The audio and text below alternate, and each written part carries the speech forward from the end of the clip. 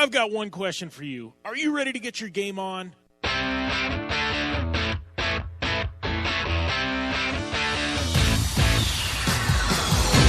The longest-running off-road and action motorsports radio show on the planet is coming to you live with the biggest guest in motorsports. Here is the only man on the planet who can pack this much dirt slinging and tire slaying into 2 hours a week. Sit back, strap in, and be prepared to get your ears blown. Here is Jim Beaver and the Down and Dirty Radio Show.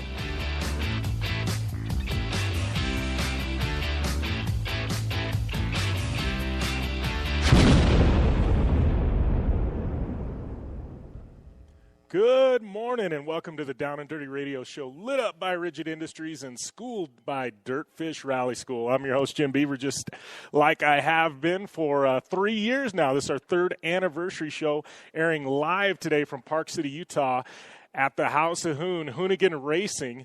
Lots of guests on tap for today. We're going to have Ken Block calling in. Well, not calling in. Shoot, normally he's calling in, but today he is going to be live since we're at Hoonigan Racing. We're also going to have Nitro Circus ringmaster and one of the founders of Nitro Circus, Gregg Godfrey. He's going to be stopping by. Also got an interview with Ivan Stewart I had the opportunity to do last week. So we're going to have the Ironman's interview here live on the Down and Dirty Radio Show later on today. But I got to tell you, man, talk about a beautiful facility here in Park City, Utah, here at the home of Hoonigan Racing.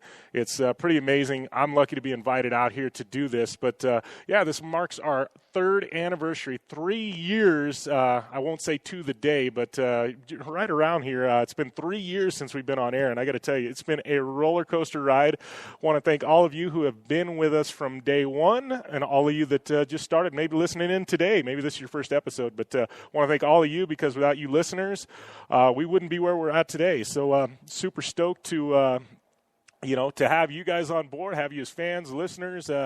It's definitely been an uphill battle, but I think we're winning the war at this point. But any of you that have questions for Ken Block, shoot me over a tweet at JimBeaver15 on Twitter. And we will definitely get those questions asked to the head Hoonigan here in just a little bit. Also, Gregg Godfrey, Nitro Circus founder. You got some Nitro Circus questions? Shoot them over at JimBeaver15. We'll ask Gregg those later on in the show. Should be a great show today. But before we get into these interviews and really rolling out this 3-year anniversary, I do have a big announcement to make. This one's been 3 years in the making. Literally, we've been in negotiations for like 3 years, but stoked to announce today that we have ink on a contract, and Polaris Razor will be the presenting partner of the Down and Dirty Radio Show. So the show is going to be renamed starting January 1st, the Down and Dirty Radio Show, powered by Polaris Razor. Super stoked to have Polaris on board. Got to thank everybody at Polaris that helped make this happen. I think it's going to be a great partnership. It's also going to spread branding to the number 15 trophy truck, so you're going to see some Polaris Razor branding on there. You're probably going to see me driving around in some Polaris Razors, doing some events with Polaris, maybe racing them from a time or two.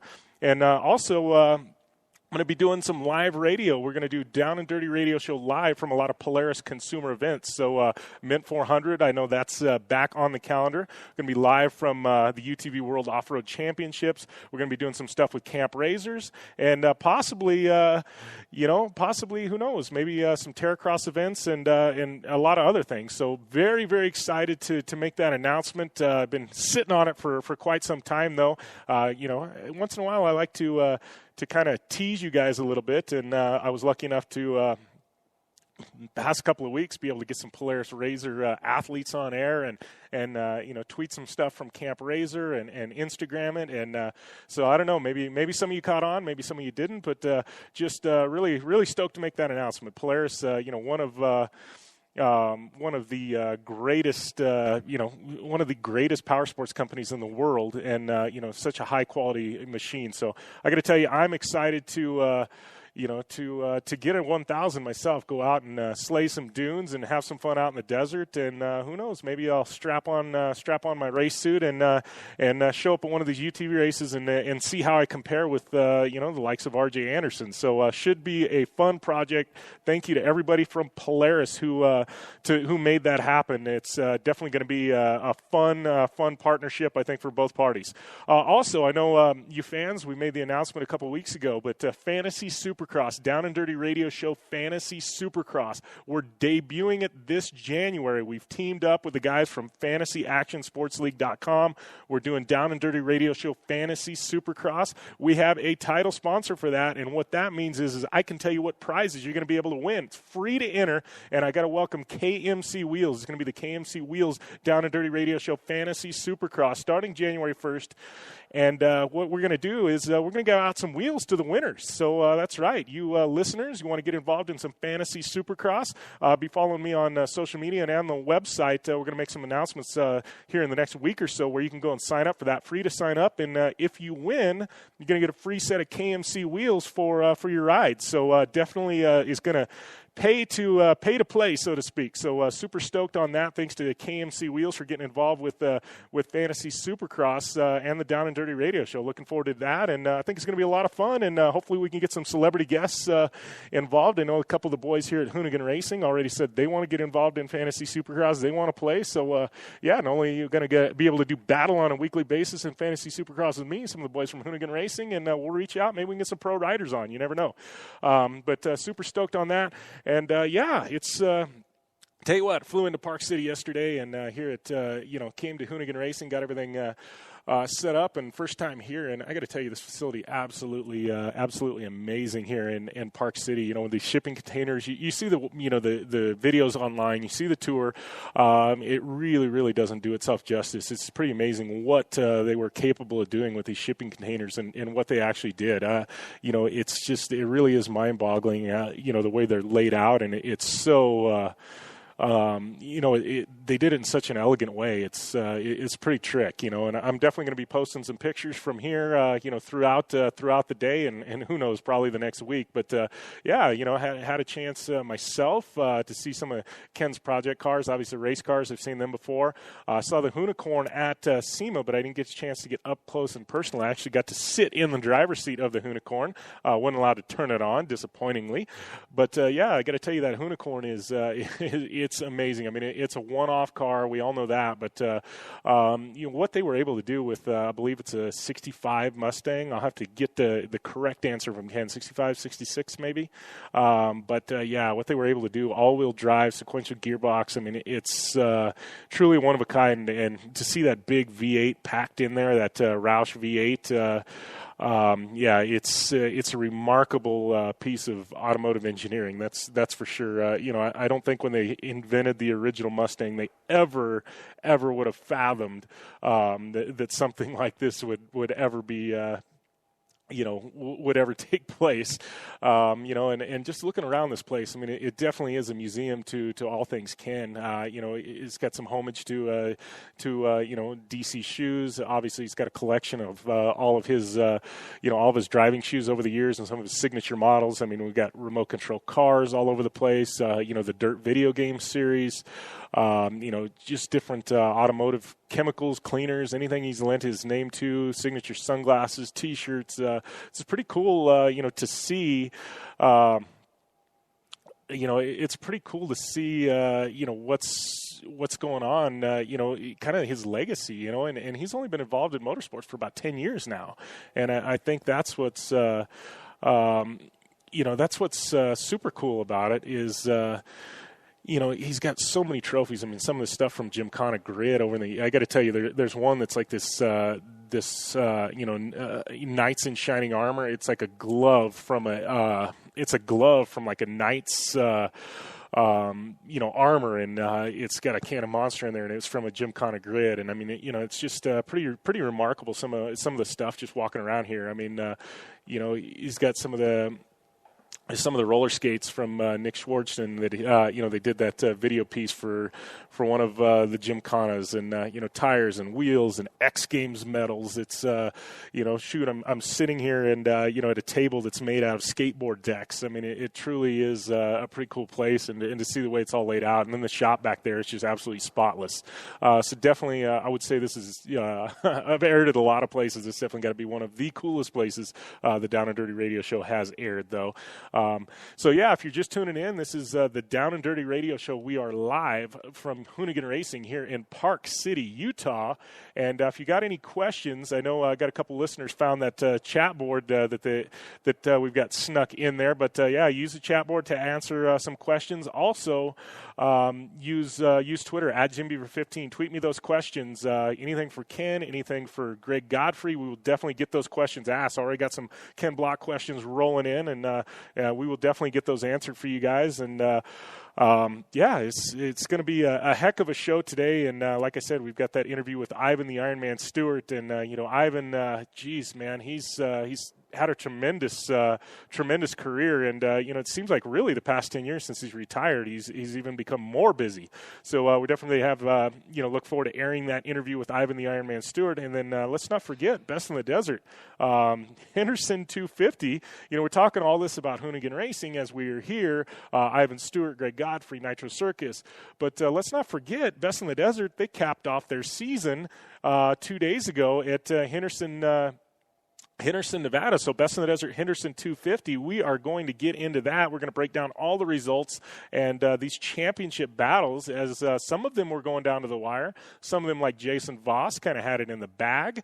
And I got to give congrats out to him for yet another overall victory. I mean, Jason, talk about a man on a mission. It's gosh, he's just it's insane. So we're definitely going to get to talking about the Best in the Desert Henderson 250 later on in the show. And then got some Race of Champions news, some new news coming out of off-road with a Trophy Truck World Championship that's going to be going on, and also some snowcross news. Snowcross, big shakeup in the points with the disqualification. So we're going to get into that later on in the show. But looks like right now we've got the head Hoonigan himself. Looks like he's walking over the table. So we'll get Ken on air here in just a few seconds and opening up a can of Monster. We'll get that sponsor plug in there for Ken. And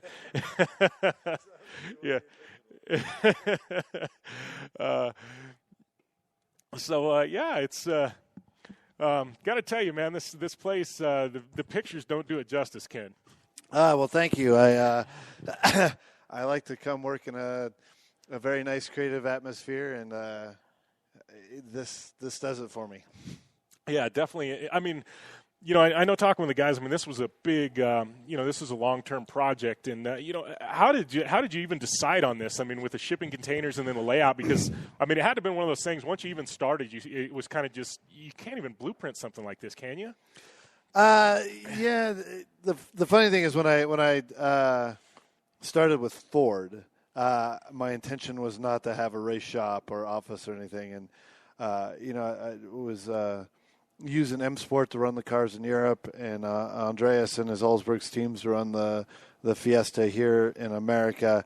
And I just realized after a short bit that I wasn't so happy not having complete control over the car and the teams, with what we were doing in the States.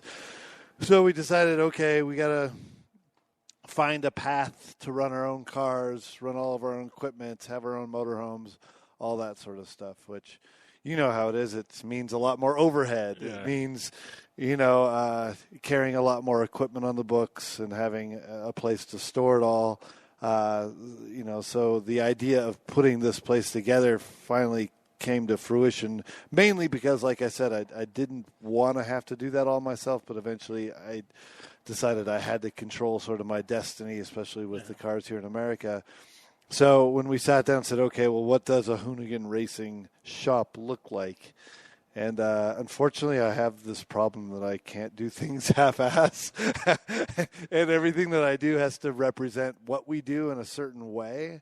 And so for me, we looked at a whole bunch of different sort of designs and direction. And not only did we want something that functioned really well as a race shop, to where we could service cars, do the repairs, store everything that we needed to store, from spares to the mountains of tires that we have. But that also, on the creative side, with all the marketing and everything that we do and with all the sponsor interaction, all that stuff, we wanted something that would also represent us and inspire us. And so that's why we came along with this sort of shipping container design and the very creative design and the look of it and everything. Just was all something that we wanted to all fit together that represented what I do and how we do it. Yeah. So your question was really about the shipping containers, and I gave you the long story intro of it. The shipping containers, I like the look of it. There's certain creative agencies that have been doing the shipping containers, like out in L.A., as their offices. The great thing about shipping containers is there's a bigger investment up front, but the idea is that you can take it with you. If you rent a warehouse space and build out offices, you can't take that drywall with you. So this entire place was built with the idea of, if the team expanded a couple years, if I was running 3 or 4 cars, or if I was, scaling back my program and didn't need this much space, we would be able to take all this and move to a bigger building, a smaller building, or maybe someday I'll own my own building with a test facility, out back. So, that was kind of the thought process that went into building this place, was that I wanted to invest in stuff that I could own for a long time. And depending on our size and if we needed to move, I could take it with me. Yeah, it was instead of going the double wide route, you went with the shipping containers, right? It's pretty remarkable. I mean, in mentioning that, talking about the team, I know one of our first fan question is we can slide that one in right now, but had a fan write in and from Brazil actually, is any possibility that Ken at some point in time expands to a 2-car team? It's possible. I would love to take sort of this machine that I've built and help develop other driving talent, especially younger guys that may not have, the opportunity. Motorsports is just so expensive, and it takes a lot of effort nowadays, especially to make the sponsors happy and go get the sponsors money. And I'm sure you hear it from all the different people that you talk to, from off-road to rally to everything, that it's so hard to find sponsorship to go pay to go out and have fun. And unfortunately, that's just the reality of it. And I would like to, at some point, take this machine that we've built and be able to develop and help more talent. So, that's the main thing I would like to do. If the sponsors really came along and said, hey, we'd like you to have 2 cars. The problem is, when you ask most of my sponsors, would they rather pay for a second car or pay for me to go do more events?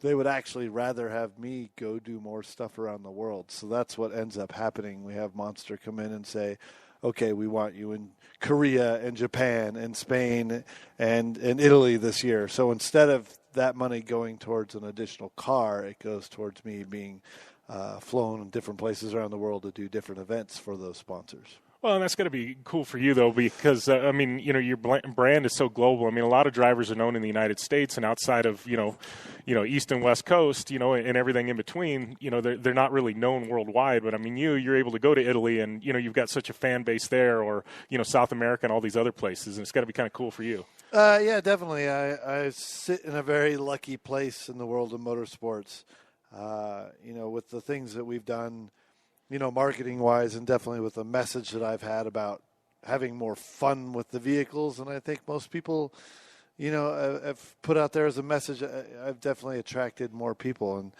it's amazing. Like, I was just in Italy, a week and a half ago, and although I had a crappy event and was not very happy with my personal performance, the fans still came out and supported me and wanted to hang out and get autographs and photos and all that stuff. So, it's really amazing how that fan response has been over the years. So I'm really appreciative of all the fans that really come out and support me, and it's been an amazing, response all over the world. Yeah.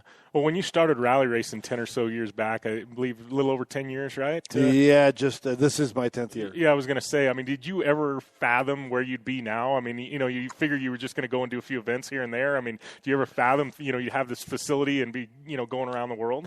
No, it's, I started off doing it just for fun. It literally was like a dream come true thing. Like I watched it as a kid. I followed, all through the Group E era and then watched Colin McRae in the 90s and then as it grew into 2000 and watching the car developments and all that stuff. So it really was when I started just going out to do something that I dreamed of doing as a kid and that I mimicked with my own cars as I, drove and got my own cars. So, the first year was literally just the thought of going out and racing with Travis and having fun, and just trying my hand at it. And ended up being Rookie of the Year that year in Rally America and, showed that I had a bit of talent. And from there, I just put a lot of work in to develop myself. And I've never had a goal of like, hey, I want to be champion or, hey, I want to be world champion. It's always just been to go out and have fun and develop my skills, to try and develop my skills as far as I possibly can. Because I started kind of late in life, and it really was, something that I did as really sort of an afterthought, if that makes sense. Because I grew up skateboarding, snowboarding. Yeah. I rode and raced dirt bikes, never, at a high amateur level, never at a pro level. But, so racing cars was not something that, like, I started off as a kid. My dad didn't put me in a cart, when I was young and go that whole route or even nowadays, a lot of people are putting kids in, the small off-road trucks and that sort of thing. Or in Europe, they have like the folk series in Sweden or rally, the rallycross stuff that they start very young, in like Finland. I didn't do any of that, none of it. So I literally didn't get into a race car until my mid-30s. So really, for me, it's always been just a goal of going out and having fun and trying to just develop my skills as far as I can. Yeah. Well, talking about that and going out and having fun, obviously Gymkhana series where you just dropped number 7. And last I checked, I can't remember, but last I checked, like 16, 17 million views, but that was like a week ago. So I don't know where we're at now, but talking about that, I mean, you've had all these different iterations, and I know talking with you in the past, you said you were point blank, you're like, we created a problem because we've gone so big that it's hard to one up ourselves, but somehow each time you find a way to do it. And I mean, this time Los Angeles, the Hoonigan, I mean, pretty wild. So what's the question? Yeah. Those are great statements. Yeah. Thanks. No, I mean, how did the Hoonigan come about? Because talking with the guys around the shop and stuff, I know that was not like something that was built overnight. I mean, this was a project car, took a couple years to build, right?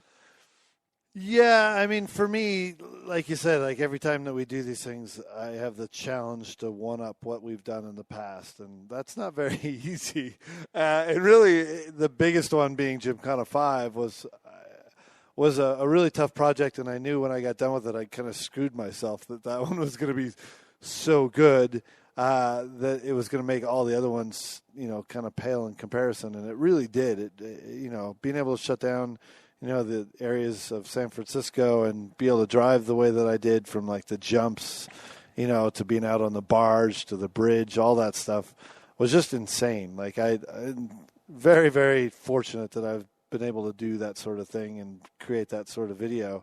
And the driving was really fun in that one too. So, when we set out to do, 6 and 7 and even looking forward to 8, 9, 10, whatever, I have all these ideas of things that I would like to do. And some of them are a bit crazy and some are somewhere in the middle, and so, around this time of year, every year we get together and start hashing through the ideas and, see how the fans respond to different things so that we can apply some of that feedback to what we want to do in the future. And it really is quite a long process to go from like an idea to a finished project, especially with something like the Hoonigan. And the thing is with that, I just always wanted to do something with a car that was completely unexpected. And especially making something like that all-wheel drive, something that when it was introduced, it was never all-wheel drive. Someone made one for the snow for someone, I think, delivering mail somewhere.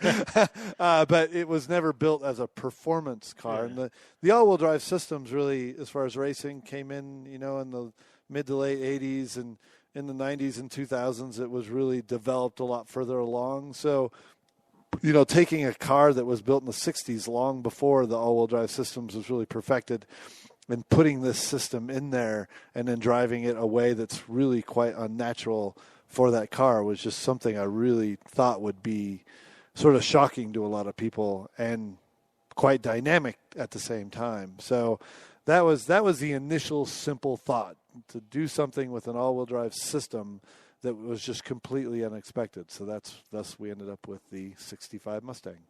Yeah. Well, and talking about that car, I mean, obviously you guys built it. We know the capabilities now from watching Gym 7. I know it's obviously going to make tour around and do a lot of shows.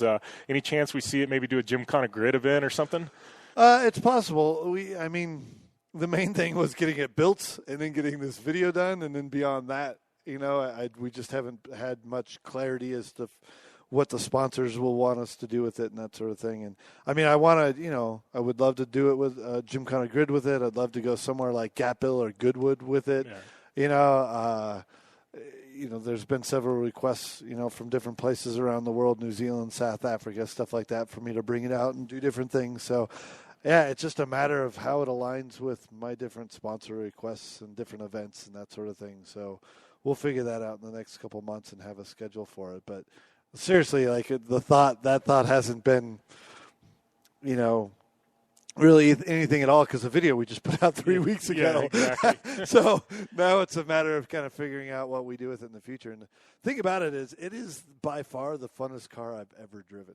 So I can't wait to drive it again. And unfortunately, it's not like I have a lot out in the backyard that I can just go drive it anytime I want. It's the only time I get to drive these things is when, generally I do an event, or go shoot a video, that sort of thing. So I probably won't drive it again for 3 or 4 months till we have it somewhere to do some sort of event. So I'm looking forward to that. So I hope there's a lot more requests for it to go do things. Monster keeps me pretty busy every year with those sort of, Gymkhana Grid events or demos.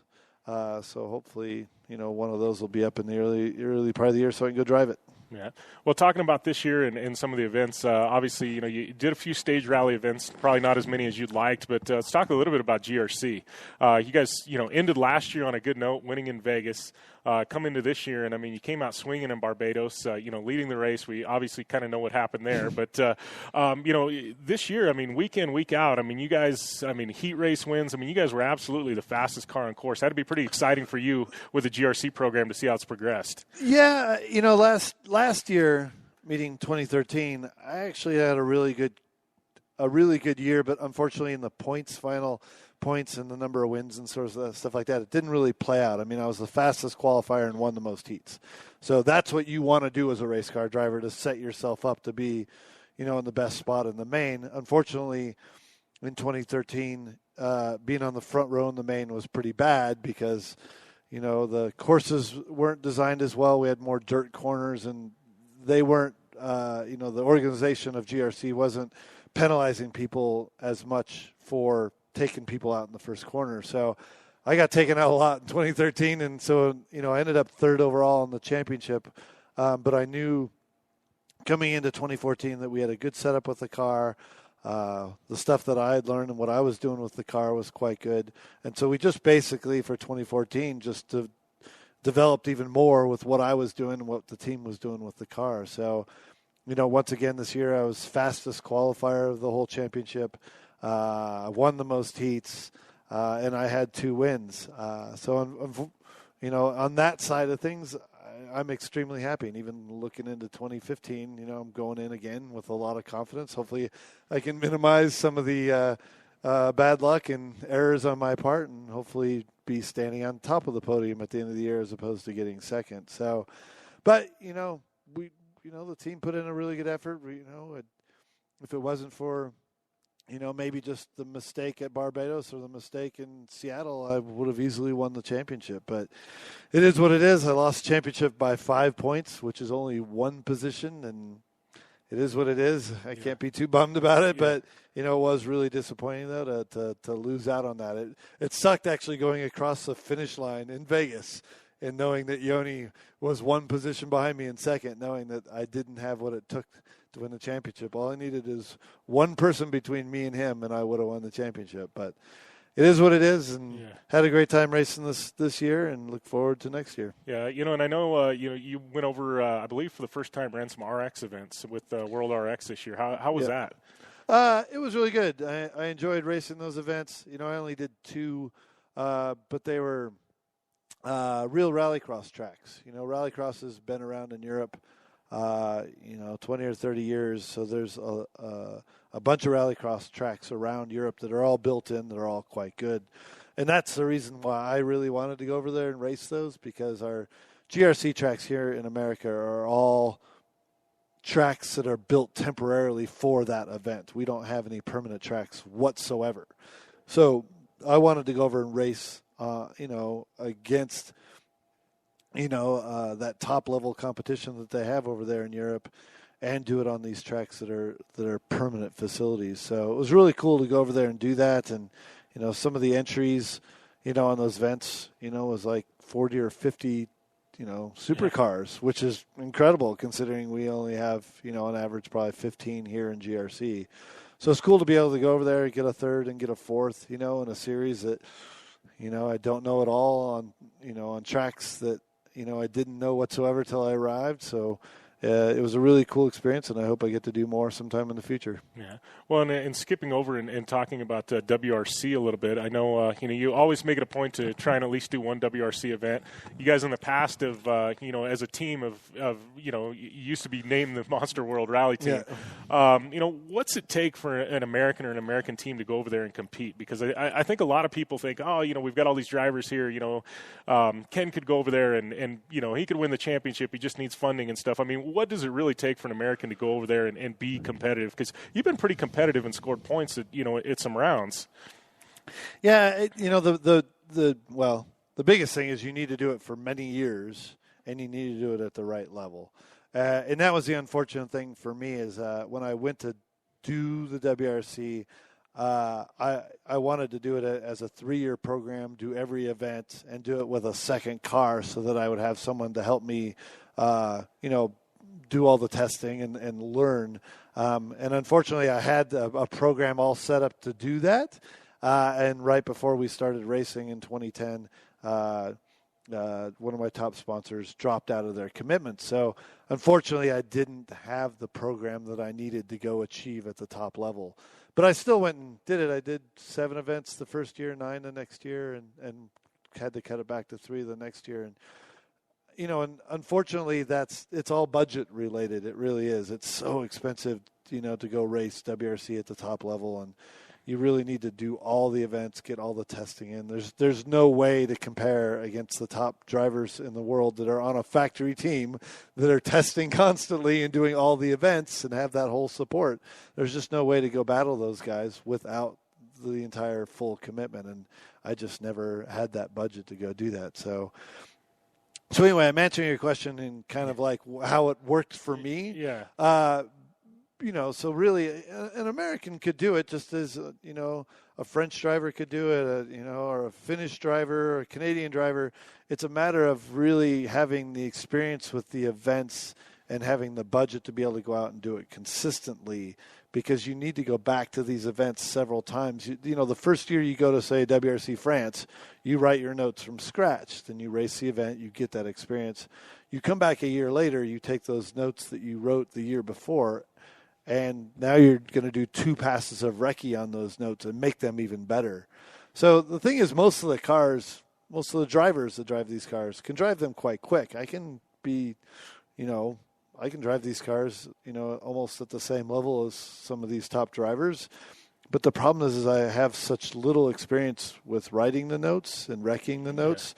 Yeah. And then once I go to these events, I was doing it on such a limited basis that there was no way to really get the notes up to the right level, because I just wasn't doing it as consistently as they were. So it's really, that's the kind of the dark art that a lot of people don't understand about rally, that, You know, to be out there racing on those roads at that level, you have to be a very, very talented driver. And on top of that talent inside the car, you've got to have this whole other talent with the pace notes and be able to write these notes to get you down the road, not only quickly to be able to really identify where you can go fast, but also where the tricky spots are and where you can easily go off the road or hit something by accident that could, break a control arm, that sort of thing. So it really is a much deeper art with rally than a lot of people understand. Yeah, there's a lot of stuff behind the scenes that people, it's just not the outright speed that wins the races.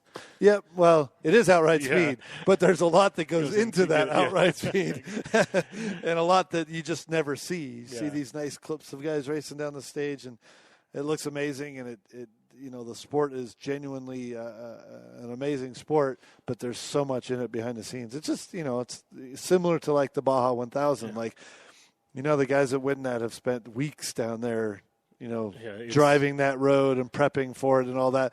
But the average fan doesn't see that. All they see is so-and-so won, and here's a couple photos of them winning, Yeah, they see the finish line. They don't see the months that they spent, in Baja, without a shower, pre-running the race. So, talking about, a little bit of stage rally. Let's talk a little bit of vintage rally cars, because obviously you were a big rally fan. I know walking through the building, you got a vintage rally car there, and I know you've got a few of them. I mean, let's talk a little vintage rally cars. What are some of your favorites? My favorite car really, probably in the world, is the Ford RS200 from the Groupie era. It was basically built right at the end of the Groupie era of rallying, and as they canceled the Groupie era. It was one of the cars that was just being perfected for it. It only ran, a short amount of time, and then basically was retired. So there was a bunch of them that were made, as road cars as part of the homologation. There were a bunch that were raced, and so you'll see various different forms of that car around the world. That after they were used in rally, a bunch of them were then used in rallycross. That's by far my favorite rally car in the world.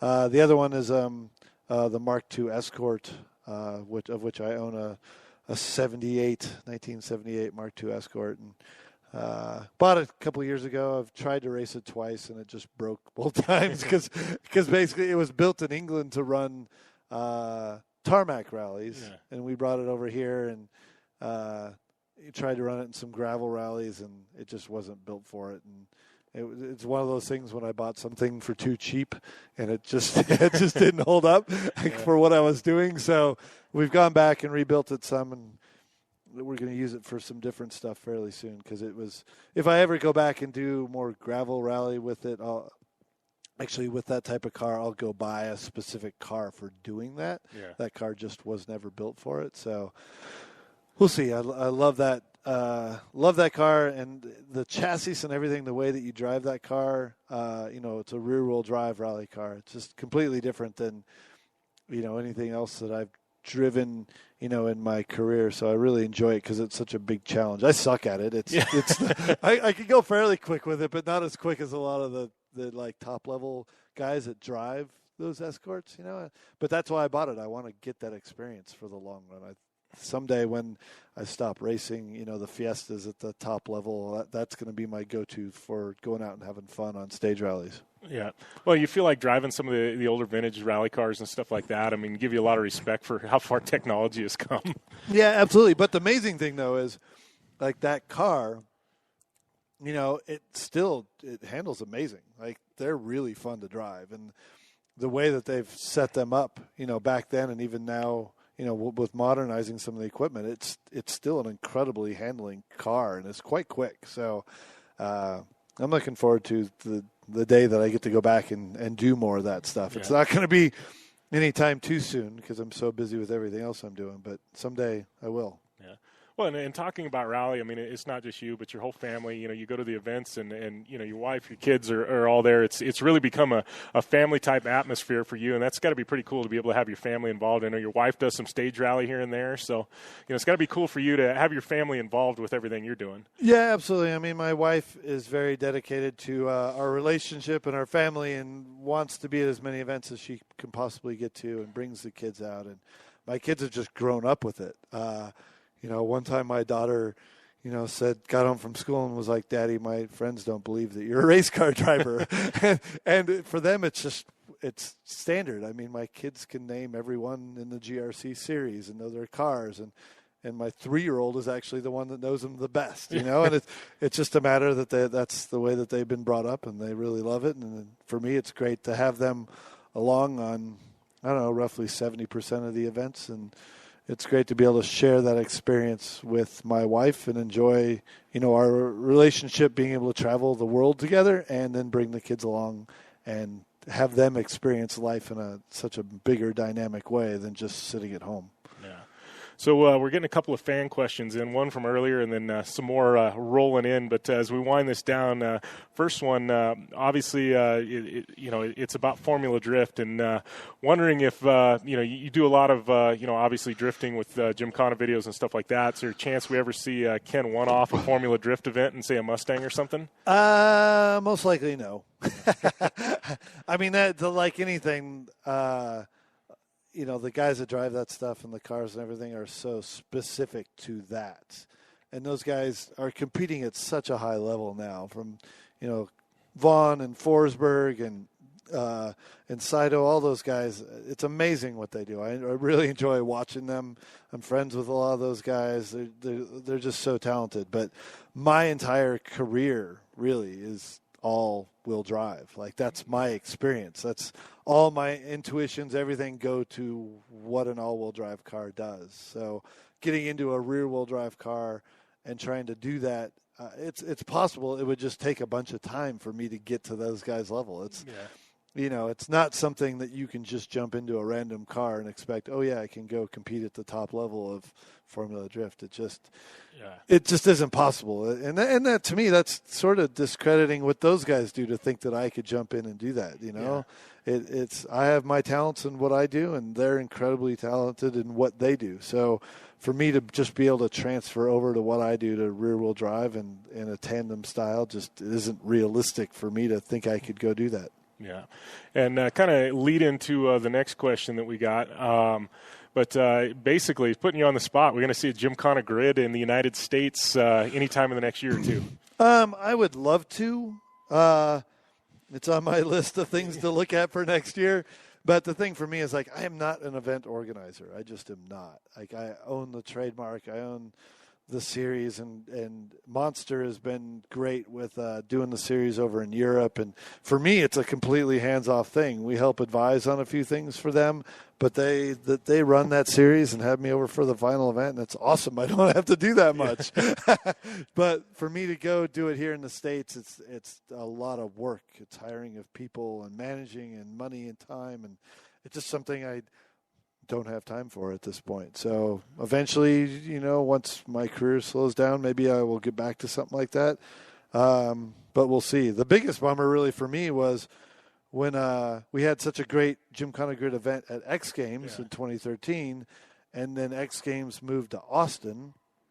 And at Circuit America's course, they didn't have a piece of tarmac big enough for us to do the event there. So I chose to not do the event at all with them because, you know, they had a piece of tarmac that would have been substandard to me, you know, compared to what we had at Irwindale. So I chose to not be a part of X Games because I didn't want it to be mediocre. Hey, so just, you know, and that was a tough decision. Yeah. You can come and sit down, Greg. We got Gregg Godfrey from Nitro Circus. Do you have to go around the back? Yeah. No one answered the front door. So we'll just throw him on here with Ken and I and roll with it. So yeah, we're just kind of free flowing here. But how's everything going, Greg? Really good. Oh, let me. There we go. We got you mic'd up now. Yeah, things are good. Sorry to interrupt. Yeah, no worries. Oh, it's always good seeing you, Greg. Yeah. I like you in places like this where you can't hurt me somehow or challenge me to do something stupid. Well, the day's not over. You always got ideas in the back of your mind, right? Oh, when I walk through that shop, I'm just like, whoa. Did you see my new toy out there? Oh, the Mustang? Oh, yeah. Yeah, I told you I was really upset about that. Why were you upset? Because I'm jealous. Oh, okay. That's good. Yeah. That's the correct reaction. Yeah, the rally cars and that, I mean, they're cool and everything, but when you're starting to get into the old school American muscle, now that's more into my territory, and I'm getting a little. It's funny how many people have actually responded like that to that car. Even guys like Ellis. Yeah. You know, I've known Ellis forever, and he really likes this. You know, says he likes the stuff I do, but then he says when he sees the Mustang, he's like, okay, now you're finally in something that I can relate to and I like. So, yeah, it's kind of funny. Typical reaction out of a lot of people. Well, you know, I don't know if you knew this or not, but I brought the Mastercraft guys in here like a week ago or 2 weeks ago. You were gone. You were gone to New York. I was trying really hard to get that car started. Yeah, I don't think it would start right now. Yeah. Your guys were freaking out. You can't do this, Greg. And I'm like, oh, Ken won't mind. Yeah, that was. I know you'd freak out. I was yesterday. I'm walking around here, and Dan and Butch are back there, and Butch goes, "Well, you can sit in it." I'm like, "All right," and he looks at me. He's like, "Don't try starting it." Just take it for a spin around the block. Yeah, right. Yeah. Well, they're already arguing because they just got to go down the street for a photo shoot, and they're already arguing who's going to get to drive it down the street. So. It'll be fun. Yeah, exactly. So, what's new with you? I know, getting ready to New Zealand tour coming up for Nitro Circus and some other stuff, right? Yeah, all the boys just got back from Dubai, Abu Dhabi. It was kind of a hard show. The ramps weren't quite right. My nephew almost died, and we broke J2. Broke his wrist, and there was a couple injuries, and so we're just trying to recover from that and get ready. So is that a local builder, basically, down there? In Dubai? Yeah. A local builder that built the ramp? Yeah. It must have been. I don't know for sure, Oh, but it okay. was pretty bad. It was our ramp, I think, from Europe, but something was up with it. Oh, really? It wasn't right, so. Oh, interesting. Definitely, Unfortunately. definitely a bummer. Well, I know the guys and girls have been throwing down over there on the East Coast quite a bit. I've been getting text updates, and I know I'm on a gag order, but some of the stuff has been pretty insane. Oh, who put you on a gag order? Jolene. Oh, yeah. You know, it's just this typical mayhem. I mean, it's just nonstop. Travis it's a funny thing. He's in this state of mind where he's he's always been about tricks, but he's even more possessed right now of trying to push the envelope and get some new stuff going on. So there's been a few people hurt this year, but in my opinion. Only a few. I like that it's not that Travis has been hurt. It's that other people have been hurt. No, he's been hurt too. Oh, okay. I think he broke his wrist when he went in the straight rhythm down there when he flipped that thing. Oh, really? He didn't tell anybody, but Oh. yeah, it wasn't bad. It was just a cast for a couple of weeks. But just like from impact on landing or from a crash? No, did you see when he flipped? He was blasting that last section of whoops. Yeah. And then he would hit that last jump, and it was like a 30-foot jump. And, of course, he's hitting it 3 times with the speed everybody else is, and then he has to flip it. Did you not see that? Yeah, I saw it. And he hit and blew his wrist off. Right there, he got something. Okay. But for Travis, it's funny because you watch him and his adrenaline's going, and it's like, I'm fine. And then it kicks down, and he's home. Never ending. Yeah, well, let's go back to the start with Nitro Circus because it literally, it was kind of like Gymkhana was built. It started out as kind of nothing and it just blew up, And I know you guys were doing just basically filming some shenanigans, and it literally took off. Well, that's the easiest way to put it. It was, the stunts and stuff were just nuts. But you were filming it, and and it caught on. People, started buying the videos at that time, and yeah, it was. At the beginning, I think it was a lot of it was him doing stuff and me doing stuff, and then me trying to produce it and bring it together and trying to make sense of it all. And everybody hated the name to begin with, which I thought was quite interesting. It's kind of worked out, but Ken was there right pretty much from the beginning. I think Watching. No, you were. I'm trying to think. Were you in the second one, the third one? It was like pretty quick. Yeah, one of those. But he called me and he's like.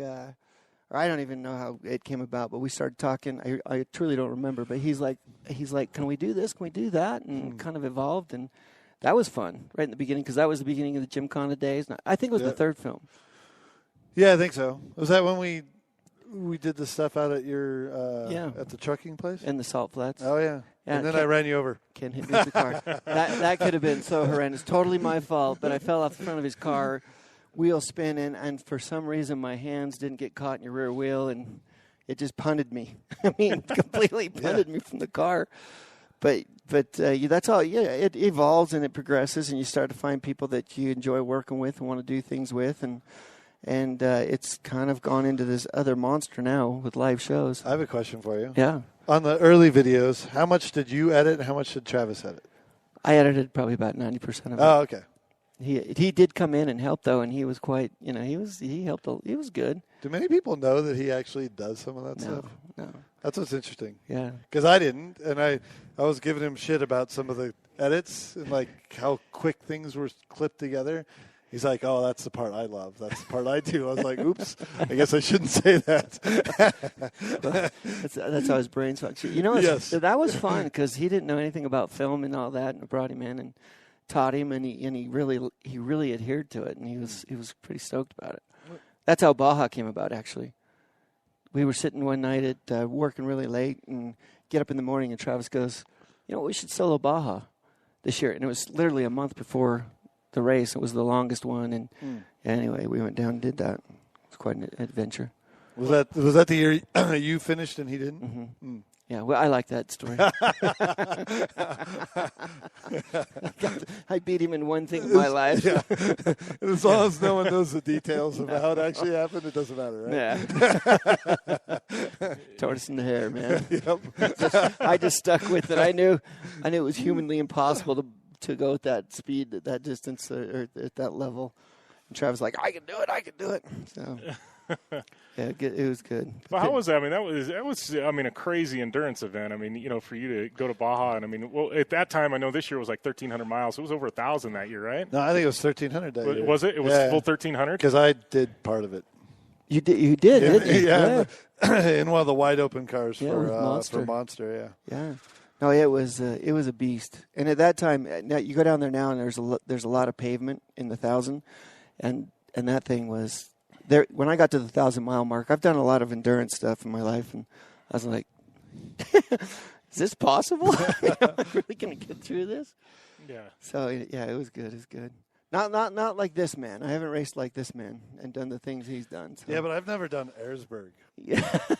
You've done Ayresburg. Yeah, that's a couple times. Screw that place. But did I ever tell you the story about McGrath over there? Oh, this is a good one.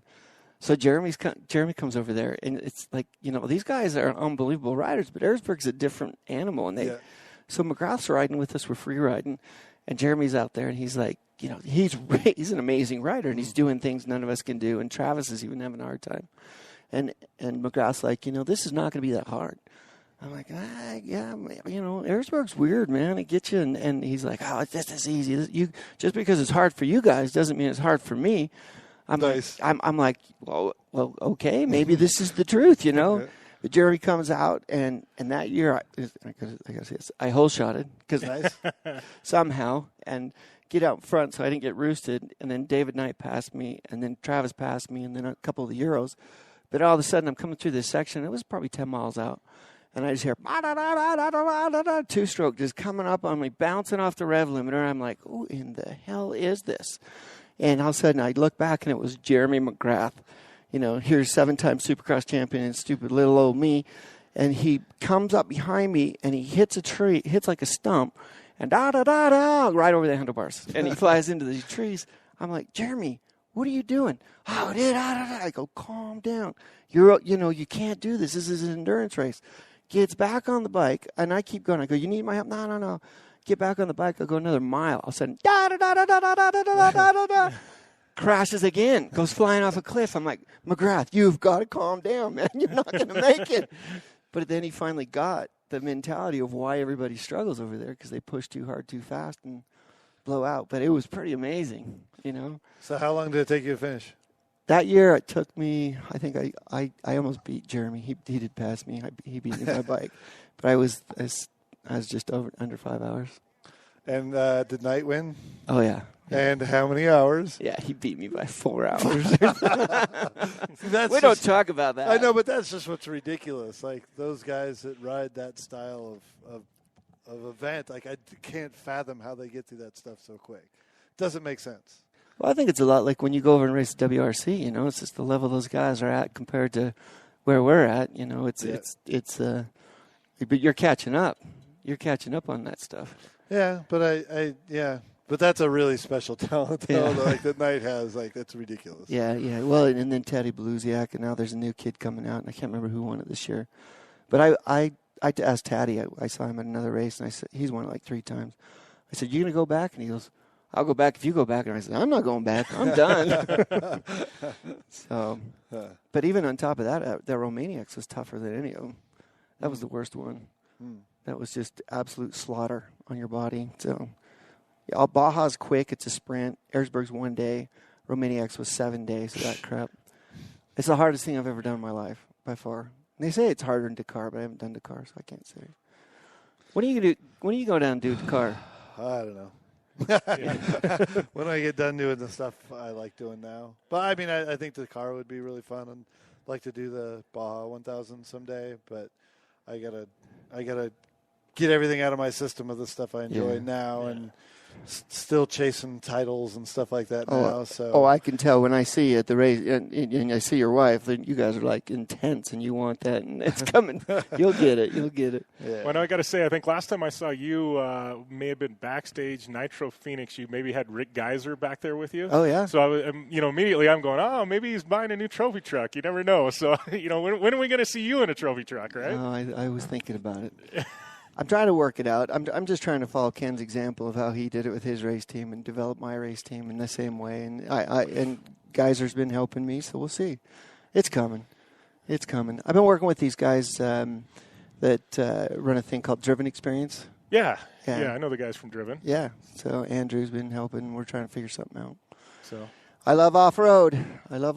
So it's not. You don't have to be so technical. Yeah.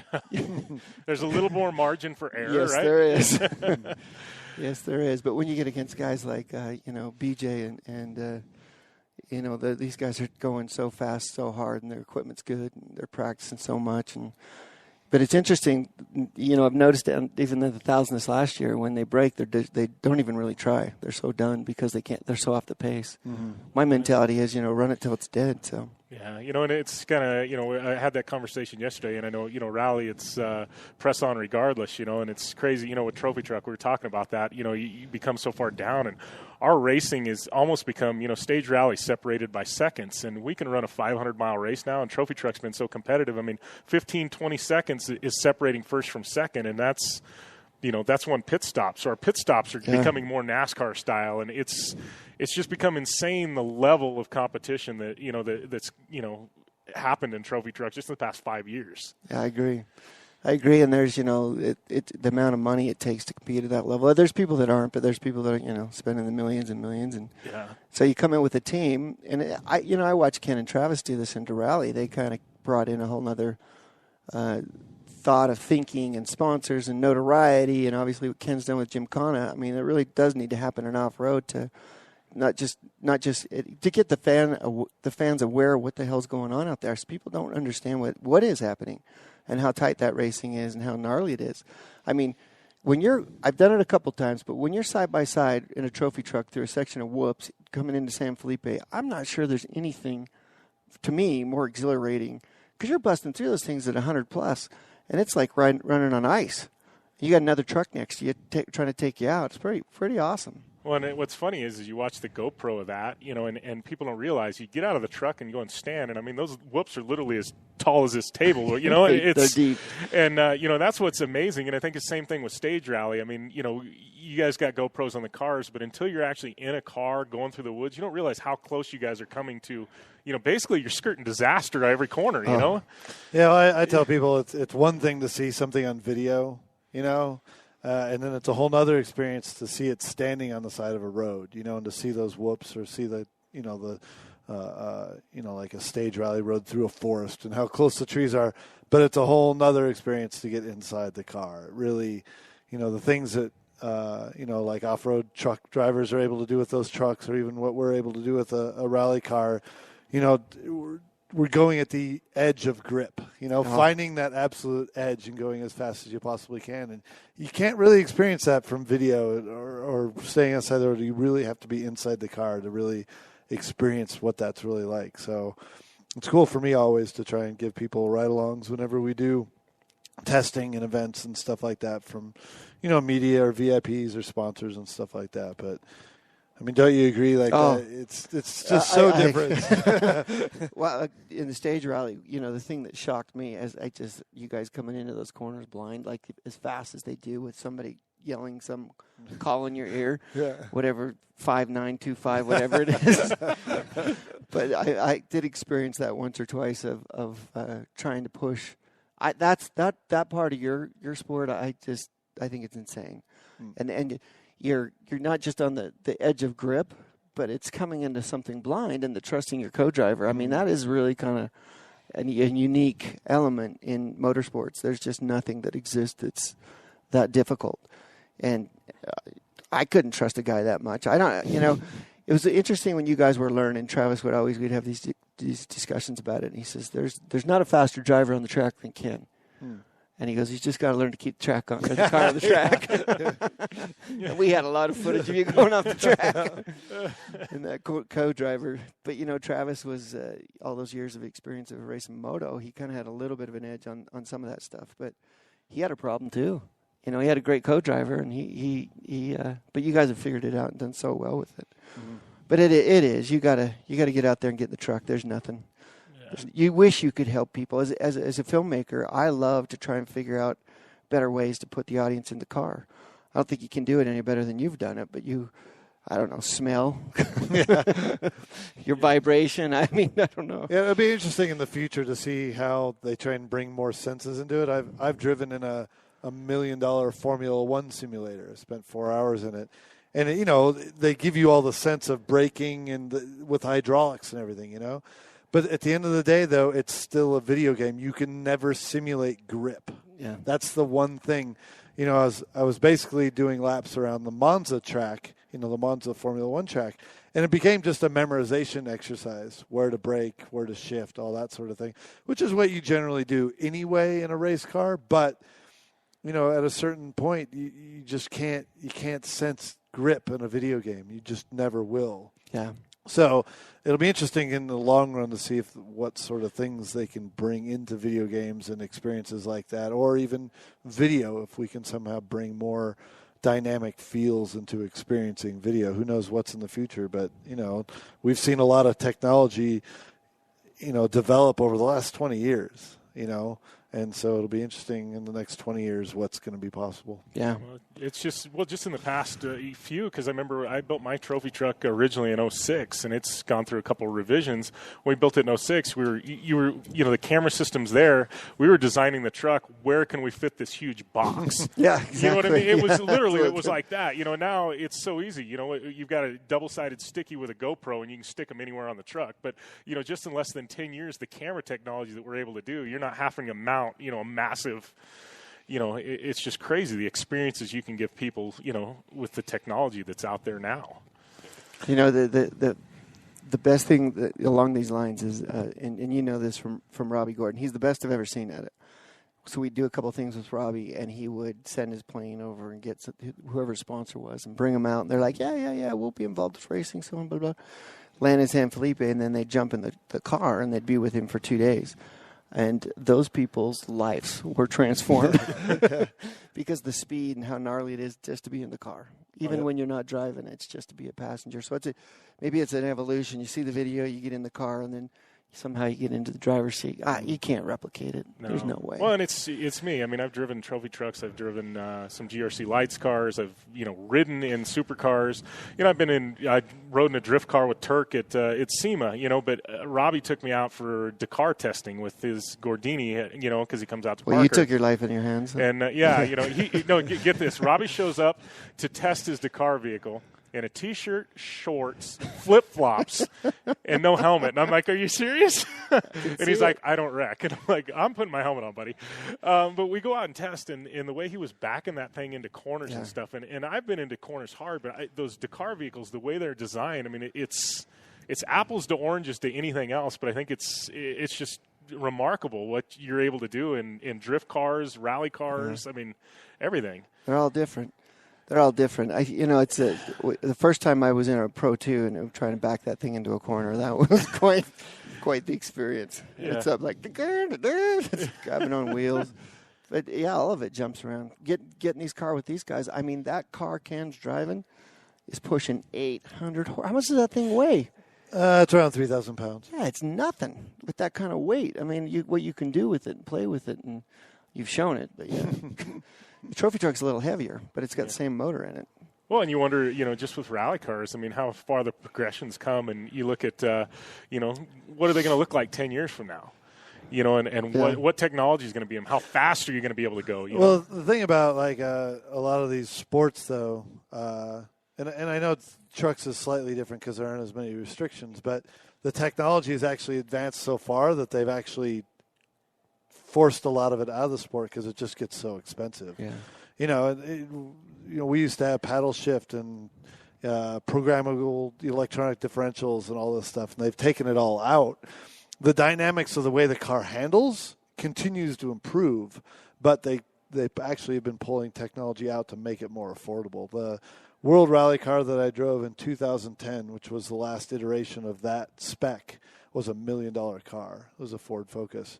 The next year, 2011, they brought in a new spec, which is when the Fiesta started, and it cut the price in half. It was $500,000. Yeah. But still, it's $500,000 for a race car. Yeah. It's quite expensive. To go beat it up in the woods. Yeah. Well, I think the McRae car they've got sitting at Dirtfish, it was like that. I mean, it's got a little joystick up there, and it's just little teeny movements, and and that was how you shifted it. Now it's you've actually got to shift with the sequential box. Yeah, and the funny thing is they're actually going back to paddle shifts. I think next year in the WRC. Yeah, one of the initial thoughts was they wanted to see more movement inside, like on camera. But for whatever reason, they're going back to the paddle shift. I think they've got some new technology that's made it cheaper again, but we'll see. But anyway, it's funny how it evolves. And like Formula One keeps just changing the rules to keep challenging people because they have the money to. But in sports like WRC and stage rally in general, and even rallycross, they keep things very simple to keep the cost down, but also to keep it easier to catch people that are trying to cheat. If things are really simple, there's not all these sensors all over the place. All of a sudden, there's a wire going over here. They're like, "What's that?" Yeah, that's not supposed to be there. So. It's real interesting to see that stuff. And have you guys always had, this is probably a stupid question, but have you guys always had steering brakes? You haven't, had you? No, we don't. The only thing that we have is the handbrake, and it really is only for hairpins, basically. I use it for drifting, like with the Gymkhana videos, but really you only use the handbrake on a tight corner where the radius of what you need to turn is sharper than what the actual steering angle kick the car. Yeah. So, but I know that in off-road, and I've driven buggies before that have had. It's like sand cars have. Yeah, these are the basically two handbrakes. Yeah. You can independently lock up a different rear wheel. So, but yeah, I've never seen that actually in any other vehicle besides like a sandrail. So that's just emergency brake what you're hitting, because I didn't know. Yeah, well, with the all-wheel drive system, basically when you pull the handbrake, there's a center diff with a clutch in it, so it releases the drive to the rear wheels. You could actually still drive the front wheels with the gas, but when I pull the handbrake, the center clutch basically engages so the drivetrain is not going to the back wheels, and then the rear brakes get locked up to lock up the rear wheels. So that's basically, it's got two lines coming off that handbrake, one that goes to the center diff and one that goes to the rear brakes. Oh, I was wondering that because I started seeing it poking up there and you're hitting it a lot, and obviously it's throwing you. But I didn't know. Yeah.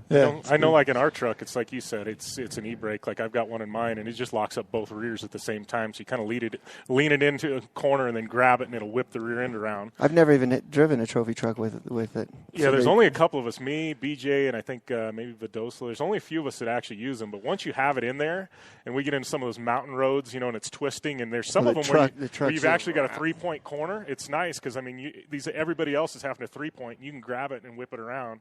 And more and more kind of going to it. And I think BJ's might be a little different. I've heard of some guys actually run it off the front wheels. So you can either hook up the left or the right, but you grab it and it'll drag like the left front, and you give it gas, and then the rest of the car will come around. So it's I don't know. It's all kinds of different theories and thoughts. And so you also have to clutch when you pull the handbrake too, right? Well, we're automatics. Oh, you're automatics. Yeah, we're what are we? Manually shifted automatics, Straight. I guess. Okay, Yeah. I gotcha. Pretty easy to drive, except you got to just keep it on the wheels as well. Yeah, that might be my problem. I think you'd be just. It feels like a moto. Yeah, It's the same thing. It's just you get it up on top of the whoops. And yeah.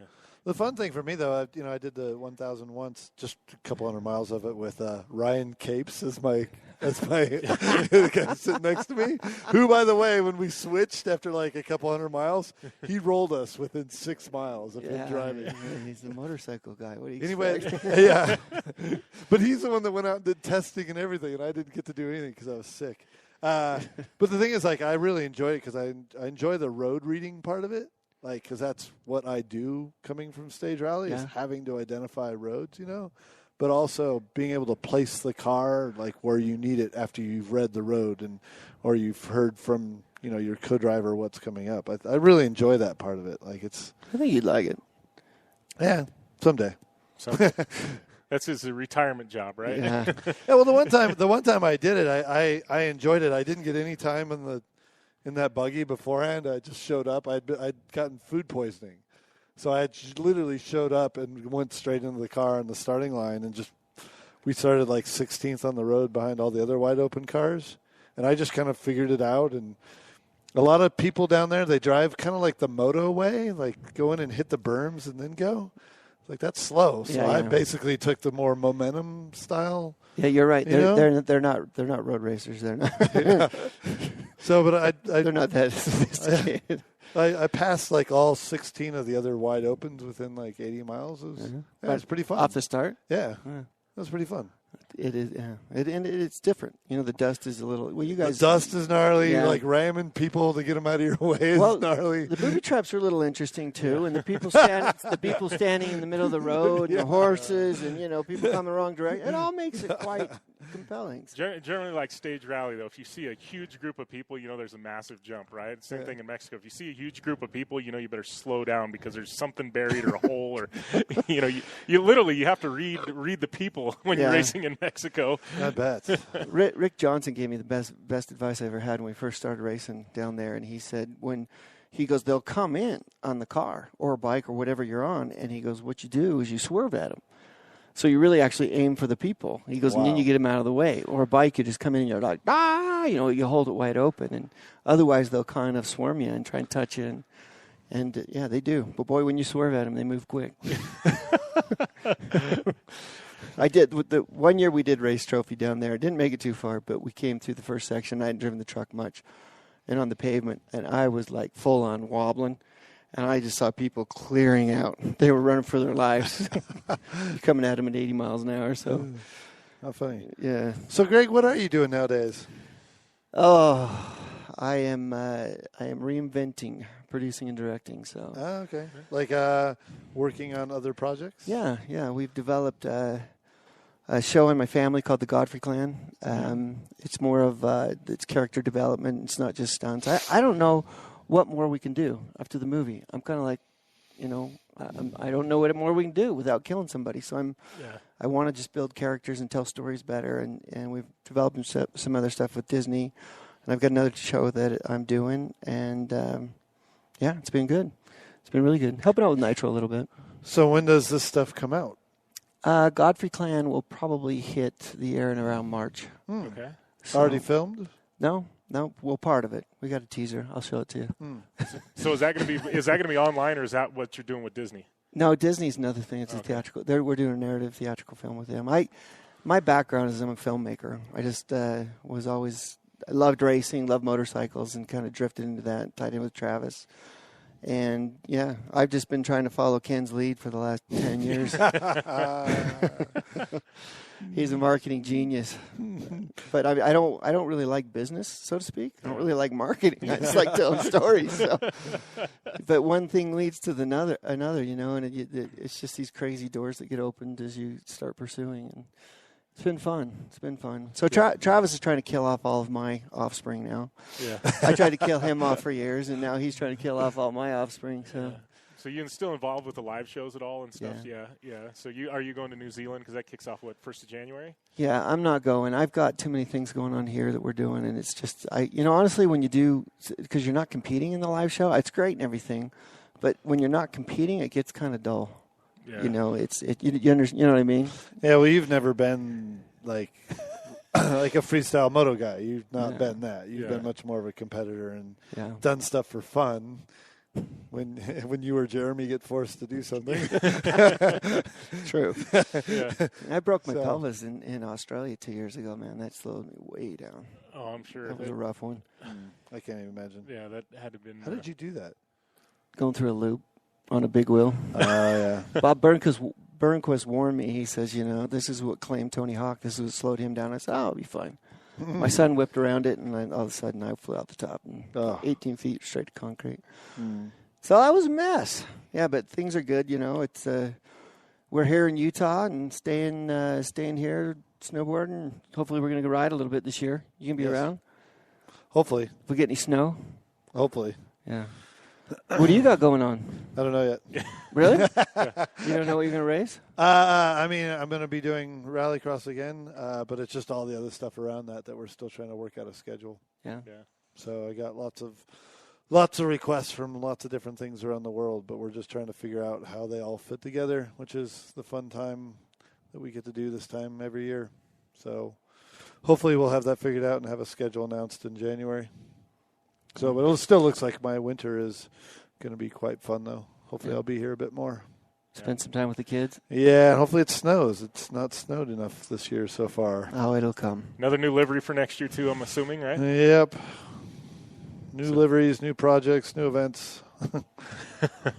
Never ends, right? No, it doesn't. Unfortunately, I have still too many desires to go do too many silly things around the world, so... It's a good problem, though, right? Yeah, it is a good problem. It's a good problem, and then I guess until it's like with Nitro. I just kind of feel like, it's time for me to kind of open another chapter. And when you feel that, when you're ready, and you're not there yet. So.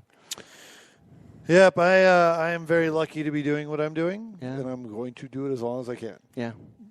So until I actually, get tired of it, or if I just stop being competitive, then I will go a different direction. I got to kind of back this off a little bit because I have to admit, when he was first at DC and he's telling me he's going to race cars, I didn't know him that well. And I was actually trying to get him on the off-road stuff because I wanted him to pay for the truck. And Travis is like, and then Aspen gets in the middle of it and he says, "Greg, stay away from Ken." I'm like, okay. He kept telling me, he goes, "I think I'm going to go race rally cars." I'm like, "Why are you going to race rally cars?" And Travis is like, "I'm gonna," and Travis was starting to do it, but man, you've done, you continually. The thing about you and I that I enjoy is we dream a lot, and we have the capacity to kind of turn those dreams into. I mean, I look at what you've done in the automotive industry. I was down at SEMA, and literally he knew jack squat about cars, at least from what I knew when you first started. Not like. But all of a sudden, he owns that place. He and BJ, it was like you guys were everywhere. And with Hoonigan and you've done it extremely. Here you go into a different market. It reminds me a little bit. And here, I'm not trying to give brownie points because I really don't give a shit. I really don't. But I'm just being honest. But it reminds me of the Oakley guy. How he kind of redefined sunglasses and then he moves into cameras. And all of a sudden, I mean, what are you going to do with cameras? and with the red and that, and then he kills it. And Ken's done the same thing with what he did with Action Sports, and then he moves in, and it's pretty impressive. Well, thank you. It didn't. You're still a douchebag. But. Oh, thanks, Greg. So are you. It didn't actually come from anywhere. I mean, I grew up loving rally, and because of my sort of industrial design background, I've studied car design since I was a kid. So that's not stuff that you would know, though. Yeah, I didn't know that. Yeah, but I mean, that's just been my interest since I was very young, and then I've always paid attention to racing, especially rally racing. But if most people, even my close friends, didn't know that. But it's always been there. So when I got into what I'm doing now, it was very natural and easy for me because it was all already there. And then I just kind of turned on my marketing side of brain once I got good at the racing, and then that all came about too. So it's been very fun. Thank you, Greg. Yeah, you're welcome. I know it's tough to give other people compliments. Oh, it's so hard. So wait, does the new show have a home yet? Maybe. Oh, okay. No, not allowed to disclose yet, right? Yeah, I'm right in the middle of it, actually. Yeah, it's pretty fun. There's a guy we're working with that it's actually part of Casey's deal. It's Billy Gerber. Oh, yeah. So he and Casey are really good friends, and that's been fun. Casey's been awesome. Those deals are not easy. I've dealt with several of them. Yeah, but I'm used to it, and I like it. And good. I just like developing. And these movies are just like, it's so different for us to just worry about story. Usually I'm like, okay, what is the biggest massive stunt we can possibly do? But it's not about that. It's just more about how the story's going to develop and go forward. The stunts are part of it, no question. But it's not the end. I have a question for you. Oh, this ought to be good. Who knew the good spots like at Lake Powell to go jump off all that stuff? Who do you think? So it was you. This is my town, man. This is pretty funny. He's never been down there. Yeah. And he's like, we were just going down, my wife and I, and he's like, I don't even know how somehow we were texting, and I said, let's hook up. And he's kind of tripping out because I just found him in some canyon. He's like, how in the hell? I said, it's my lake, brother. And he's like, where's a good cliff to jump off? And I said, well, I don't know. Look around. There's hundreds. I got to ask, you guys both got Mastercraft boats, obviously. And I know you're wearing the Mastercraft hat right now. Wakeboarding, you got to be involved in something, right? You do anything nutty? With wakeboarding? Wakeboarding, what do you, inner tubes off ski jumps? What do we got going on here, Greg? I just always love boats and water. Anything. It's invention, right? Wakeboarding is kind of, I'm not a very good wakeboarder, but yeah, like we do some stuff. My kids, it's not me anymore though. It's my kids. They're taking the reins, and they're cutting you a little slack, right? Thank goodness. But yeah, it's anything with a boat. Mastercraft, we've been working with them a ton in the last year, and those guys are fantastic company. So in fact, that's why we had them up here doing a thing, and this is typical Greg. But I'm like, oh, yeah, Ken's shop's over here. And they're like, really? And I said, yeah. And they go, should we just barge in? And I said, yeah, it's fine. We come in, we're rolling around. And seriously, man, if I could have gotten that car, I would have taken it for a burn or two. I'm so glad the keys are locked away. But I think anything is, as long as it's adventurous and cool, whether it's airplanes, helicopters, race cars, it's all good. In machines, it's just whatever, exploring the world and going to the ends of the earth. It's all good. So who's a bigger instigator? Is it you or Travis? I don't know. He's got more pull for sure, but. I got my ways. Yeah. You've been around. Yeah. You haven't pushed me to do anything too stupid, but Travis is the world's best instigator that I have ever seen. Yeah, I think I don't right understand how he gets people to do the things that they do. The one thing he did to me that worked quite well is he just said, if you don't do this, you're a pussy. And, of course, no one wants to be called a pussy. So he made me do some stupid stuff. But man, I can't. I didn't really experience the full breadth of what Travis's skills of instigation until I went to his house. Yeah.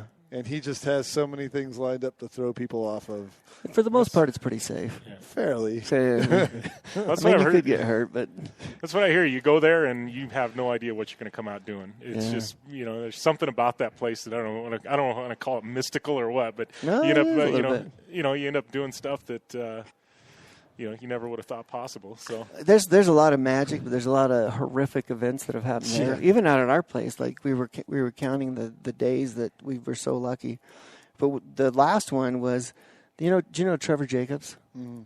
So Trevor's pretty amazing, an athlete. So he comes out there and he's just his eyes are wide. He's willing to do anything. Like somebody like you're going out there and you're going to say, all right, there's a limit, but I want to push myself. And I think that's how people come into it.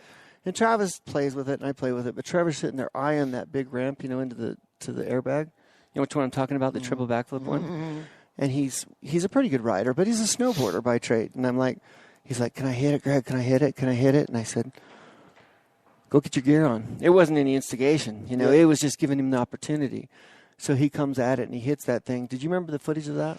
He kind of goes off the ramp, and he's like 60, 70 feet in the air. Oh, I saw that. Yeah. Taps the tree. Oh, yeah, he hits the tree, yes. But he has such air awareness, and that's like my kids, they're used to flipping and tossing whatever. But it was like that was a moment that just could have been really unbelievably bad. Yeah. And so Colin's crash out there was unbelievably bad. Tommy's crash was unbelievably bad. Yeah. The guy landing on the Bombcat was unbelievably bad.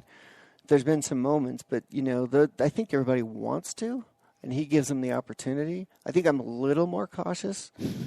If I need a shot, I'll push him. Like in the 3D movie, with when we did the slingshot, into the pyramid. You know what I'm talking about? Yeah.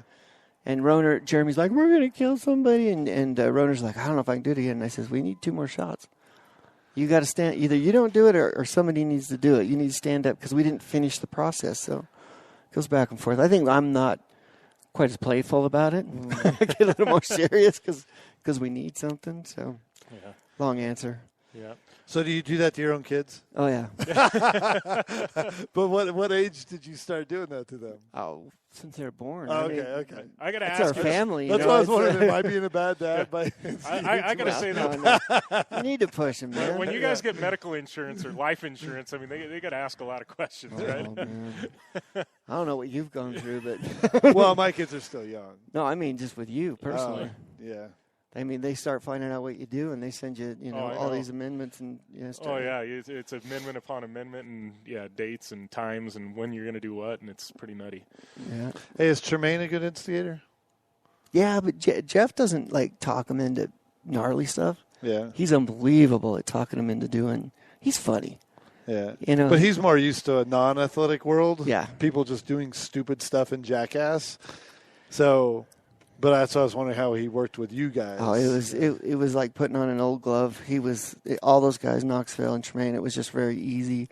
They all understand. They really elevated it to a good level. Yeah. But Jeff, when we were doing the big stuff, I mean, he would be over in the corner just like terrified. Because he wasn't used to it. And he's like, he'd come over and like, are we going to kill somebody? I'm like, Jeff, just put something funny in that piece. I'll give you the gnarliness. Just put in the funny. He's great. Yeah. Well, what did they say? Nitro was Jackass, but you can die, right? Yeah. In the movie, well, it's also the athletic side of Jackass. Kind of. A little bit.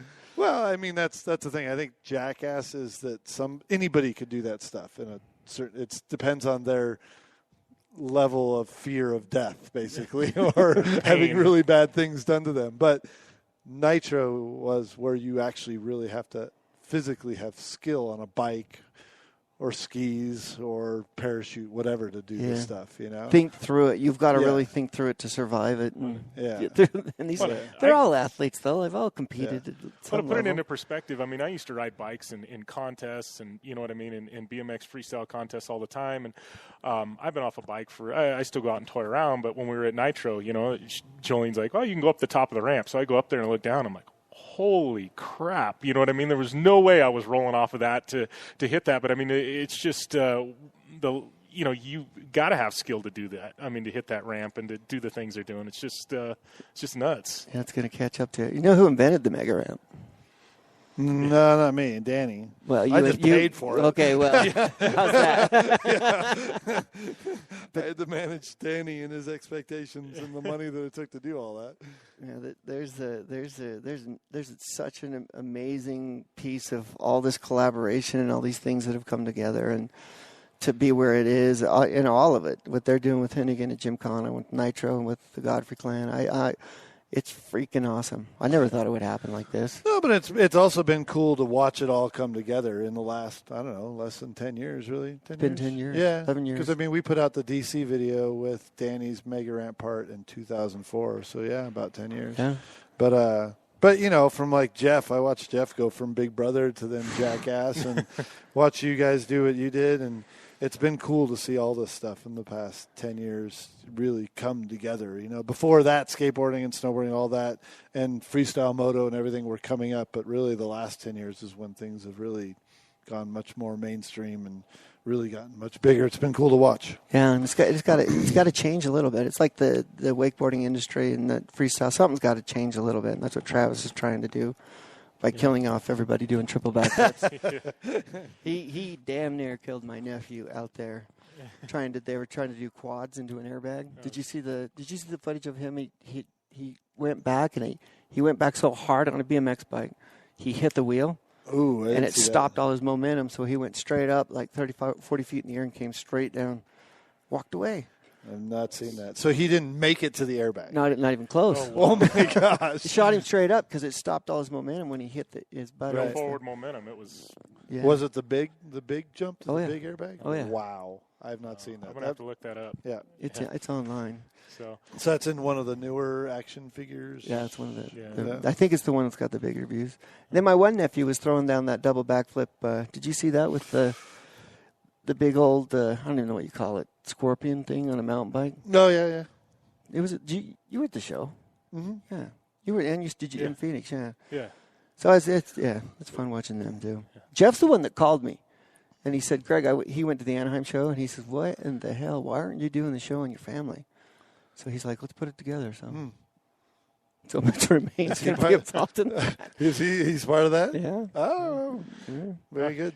All right, guys. Well, we are about 30 minutes left, and I got one more interview, but it's definitely been fun. I appreciate both of you guys taking the time, and I'm sure we could go on for another hour or so just talking. It's fun. It's fun to catch up. It's fun to catch absolutely. up. It's easy shit to talk about, too. Yeah. Absolutely. We'll have to do it again soon. I have to get a picture of my view. Smile, Jim. Easy. All right. You grab a photo. Yeah. All right. We are going to take a short commercial break. When we come back, we will be live with, not live, but a recorded interview with Ivan the Ironman Stewart. So stay tuned to the Down and Dirty Radio Show, lit up by Rigid Industries and schooled by Dirtfish Rally School.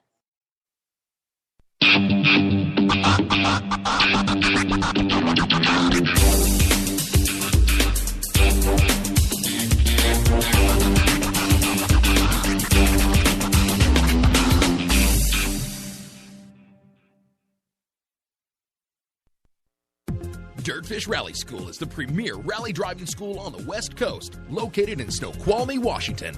If you're looking for a ton of fun with world-class driving instructors honing your skills, Dirtfish is the place for you.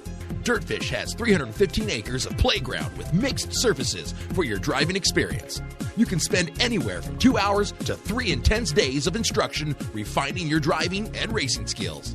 Whether you are looking for credits towards your Rally America license, honing your racing skills, or just having a fun time, Dirtfish is your school. Your classroom is behind wheel of a 300 horsepower rally-prepped Subaru STI. These cars have protective cages, suspension modifications, and are built for one purpose: to push you to your limit. By the end of your time at Dirtfish, you will have the confidence to rally with the best. Whether you're looking for a thrilling first-time rally experience or to increase your knowledge and time in the driver's seat, Dirtfish has a driving experience to suit your needs. For any information on their classes, corporate events, or their facility, check them out on the web at www.dirtfish.com or on Facebook, Twitter, and Instagram at Dirtfish Rally.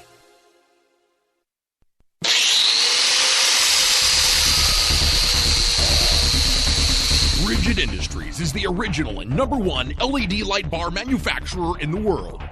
torture tested by some of the best drivers in motorsports.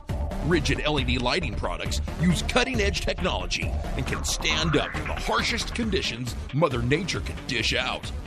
Designed, engineered, and assembled in the United States, Rigid LED lighting is the only choice for your off-road vehicle or boat. Find out more information on the entire line of Rigid Industries LED lighting products at www.rigidindustries.com.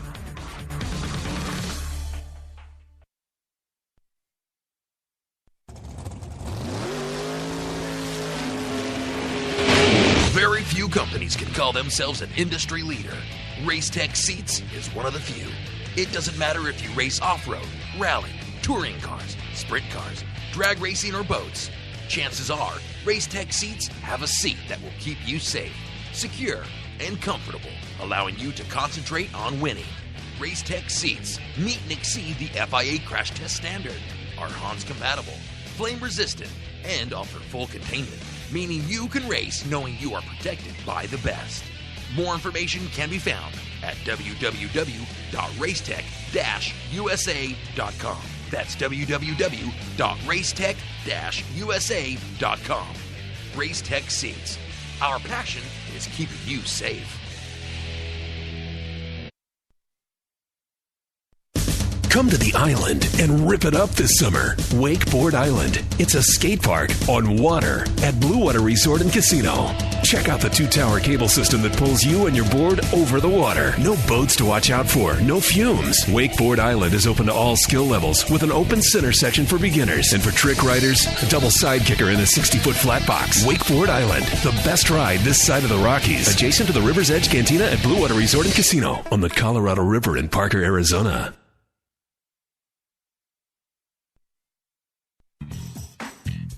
The #1 off-road and action motorsports radio show on the planet now has its own app. The Down and Dirty Radio Show official app is now available in the Apple App Store, Google Play Store, and Amazon Kindle Store.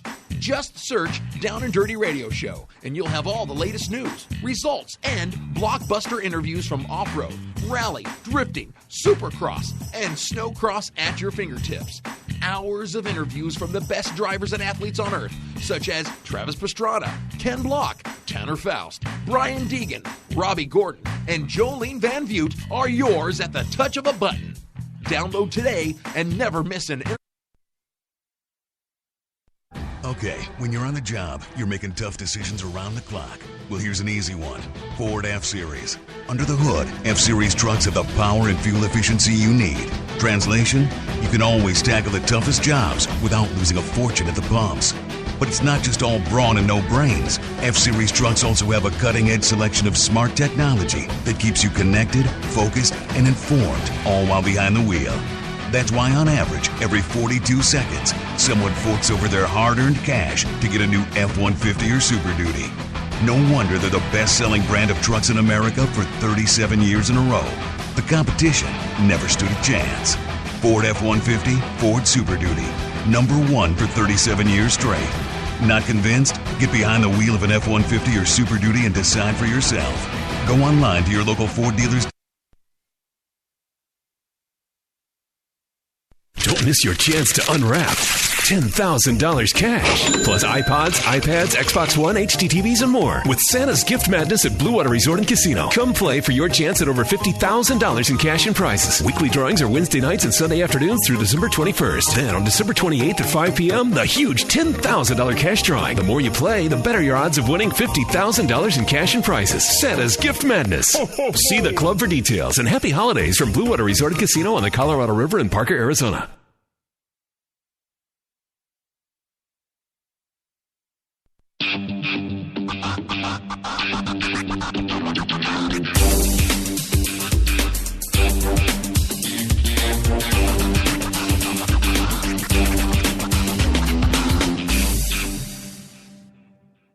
Welcome back to the Down and Dirty Radio Show, lit up by Rigid Industries and schooled by Dirtfish Rally School. I'm your host, Jim Beaver. Man, it's been a fun show so far. Year number 3. Ken Block. We've had Gregg Godfrey from Nitro Circus in-house, and Aaron all here live from Hoonigan Racing. Right now, before we end the show, we got an interview I did last week with Ivan the Ironman Stewart. So here's Ivan. All right, I'd like to welcome our next guest to the air, the legend Ironman Ivan Stewart. How's everything going, Ivan? Oh, fantastic, Jim. I'm so fortunate to do what I do, and still doing it, actually. I've raced for so many years, and I still have a contract with Toyota. It's been over 30 years that I've been contracted to Toyota, so I'm still doing, it's been 40 years I've been playing off-road and doing off-road functions, so now I'm fantastic. How about you? Everything is good on my end. I gotta say, I know, you approaching next year, 32 years with Toyota. I mean, to me, that's mind-boggling. I mean, not many drivers have ever spent that much time with one manufacturer. We've done some research, and very few. You're right. Richard Petty had many, many years with STP and Dodge, and some other drivers out there. I think Hurley Haywood with Porsche for many years, but I'm right up there with the big boys anyway. Yeah, for sure. And, and I know the relationship, I mean, now, obviously, you're not competing in trophy truck, haven't for quite some time, but, like this, this past Baja 1000, still very much involved with Toyota. You guys went down there and, and finished the Baja 1000 with relatively a stock Toyota. Tell us a little bit about that program. I know you got a chance to go out with Jay Leno in that truck too, right? Yeah, we were up there it's been probably 3 weeks, a month ago with Jay Leno in Barstow doing some filming for one of his shows. And, yeah, that's the example. That's kind of the example I'm talking about. I'm so fortunate to do these things and to work with these guys. I kind of acted as their coach this year to get 4 different drivers down to the finish line in the Baja 1000. And, you probably know as well as I do, the biggest problem I had, I'll let you guess at it, what is the biggest problem I had with these 4 drivers? I don't know, man. You're putting me on the spot here, but I got to say it's probably, just driving over your head. I mean, especially, a lot of them not with a ton of seat time. You can get in trouble in a hurry in Baja. You're exactly right. I mean, that was my biggest problem was to convince these guys that when they say the Baja 1000, they don't mean the Baja 1000 race. They mean you've got 1,000 miles of treacherous roads that you have to navigate. So get that race stuff out of your mind and just survive it. If you start making mistakes, you're going too fast. I mean, then the psychological part comes in where people come up and they want to bump you and pass you, and then you have to make a decision. Am I going too slow, or are they going too fast? And normally, you've been around the racing long enough to realize that normally the guys that are doing that are going way too fast. They don't have any experience either. So that was the biggest problem we had, is getting the guys that slow down enough not to tear a stock Toyota Tundra up.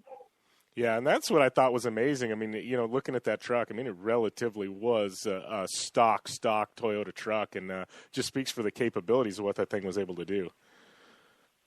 Yeah, I tell people all the time, and any of your listeners that are off-road enthusiasts, if they've been around very long, they'll realize that you can take 100% stock, virtually any truck, and drive it for many, many, many miles off-road. But you just can't tear it up. You can't overdrive it. You just have to go slow and drive it within your parameters and the truck's parameters. And that's the hard part is getting that race mode out of people's head where they have to race and go faster, including myself. For years, it took me a long time to realize I won a lot more races by going racing smart opposed to racing fast. You can't be slow, as you know, but still you have to use your head. If you're sliding off the road, if you're abusing the truck, you're hurting it, you got to slow down. It's that simple. Yeah, well, and I have some experience in a single-seat vehicle, and that's how you made your, basically made your career. But, speak to that point. I mean, a lot of these guys, talking about that, I mean, if you get a flat, a lot of these guys, they had a co-rider to jump out, change the flat for them. I mean, you got to be extra careful because if you were to get a flat or make a mistake, it's you out there wrenching on the car, it's you fixing the tire. Well, not only that, Jim, that's a big one, changing that spare tire by yourself, especially nowadays. They're getting heavier and heavier, as you know, bigger in diameter and heavier. But the other part of the equation is all these guys that you pass, going so fast, you have a flat. Now you've got to go back and pass them again. So, I mean, one flat tire doesn't sound like much now. And the other biggest part of the equation in this day and age is if you're in a single-seat vehicle, like if you're driving, and I drove for many years, you don't get to use a GPS. So that's a big deficit now, not having that GPS. So between the flat tires, the GPS, and those things, that single seat stuff is pretty tough. Yeah. Well, and, I know you had the opportunity, especially with the 500. I mean, living in San Diego, you're just a skip away from where, you actually race. So you were able to get a lot of pre-running in, do your homework. But, I mean, circling back, I mean, say the Baja 500. I mean, what did a month of May look like for Ivan Stewart in preparation for that race? Because there for a while, I mean, you were pretty much unbeatable at the Baja 500. Yeah, for some reason, I think part of that was psychology, because my birthday was always on, everybody has a birthday the same day. Mine was June the 4th. So, and the race was always around June the 6th. So I thought that I deserved that race for my birthday present. So that one was always pretty easy for me. And yeah, I could run down there. That's a big benefit, as you were mentioning, being able to run down and be on the race course, and literally within an hour I could be down there pre-running the Baja 500. Yeah, definitely advantage. I mean, let's a lot of the listeners. I mean, a lot of them know of you, but let's go back to the start, because a lot of everybody knows you from the Toyota days and kind of what you're doing now, and maybe the Mickey Thompson days and PPI. But let's go back to the start. I mean, how did Ivan Stewart get involved in off-road racing? Because it wasn't like you were born into it. You didn't have a silver spoon in hand. I mean, how did you get involved in off-road racing? Yeah, that's a great question. I've been asked that a lot, and I've given a lot of thought. But as long as I can remember, Jim, I've been competitive. If it be foot racing when I was in elementary school, or go-kart racing, if it was coaster racing, bicycles, it seemed that I was always competitive in what I wanted to do. And I got into ballroom dancing 6 or 8 years ago, and I had to compete at it. So to go down and watch I had heard about the Baja 500, Baja 1000. To go and watch was that kind of got me hooked, but I had to figure a way to do it. So, I searched out a friend of mine that wanted to build an off-road race car, a 2-seat buggy, a guy by the name of Bill Rinko, which I doubt that you remember. Your dad would. Bill Rinko, and he wanted to own a race car, and he says I could ride with him if I would help him work on it and prep it and build the engine and that type of stuff. So I rode with him for a few races. And then he broke his leg one day, and it gave me a chance to drive, and that was my golden opportunity to drive. And we won. It was about a 300-mile race. And then with winning, next time I won the Ironman award with driving a Modern Motors single-seat car, and I started building a name and a reputation. And then timing is so important. I happened to be at the right place at the right time with the Ironman name, and with a pretty good history of winning races when Toyota came along. So between the passion of competing and anything that was competitive I wanted to do, and more probably for Baja was the adventure. I wanted to be a part of the adventure of racing the 1000 and driving in daytime and nighttime, and all the hazards and the booby traps and fog and all these things. So for me, it was probably as much the adventure as the race. Yeah, and talking about that, PPI came, in Toyota, you signed contracts with them, you got involved there, and that was when, pickups were really Toyota was really, starting to get a foothold in the United States. I mean, you and the PPI program, you helped build a brand, especially with the Toyota pickups in America. How was that? I mean, and how was what you guys were doing, how did that help develop the trucks? Because we know a lot of what you guys were doing on the track was directly related to what actually went in the pickups, and I think that's why they caught on so well in America, was because the endurance and the quality of the vehicles.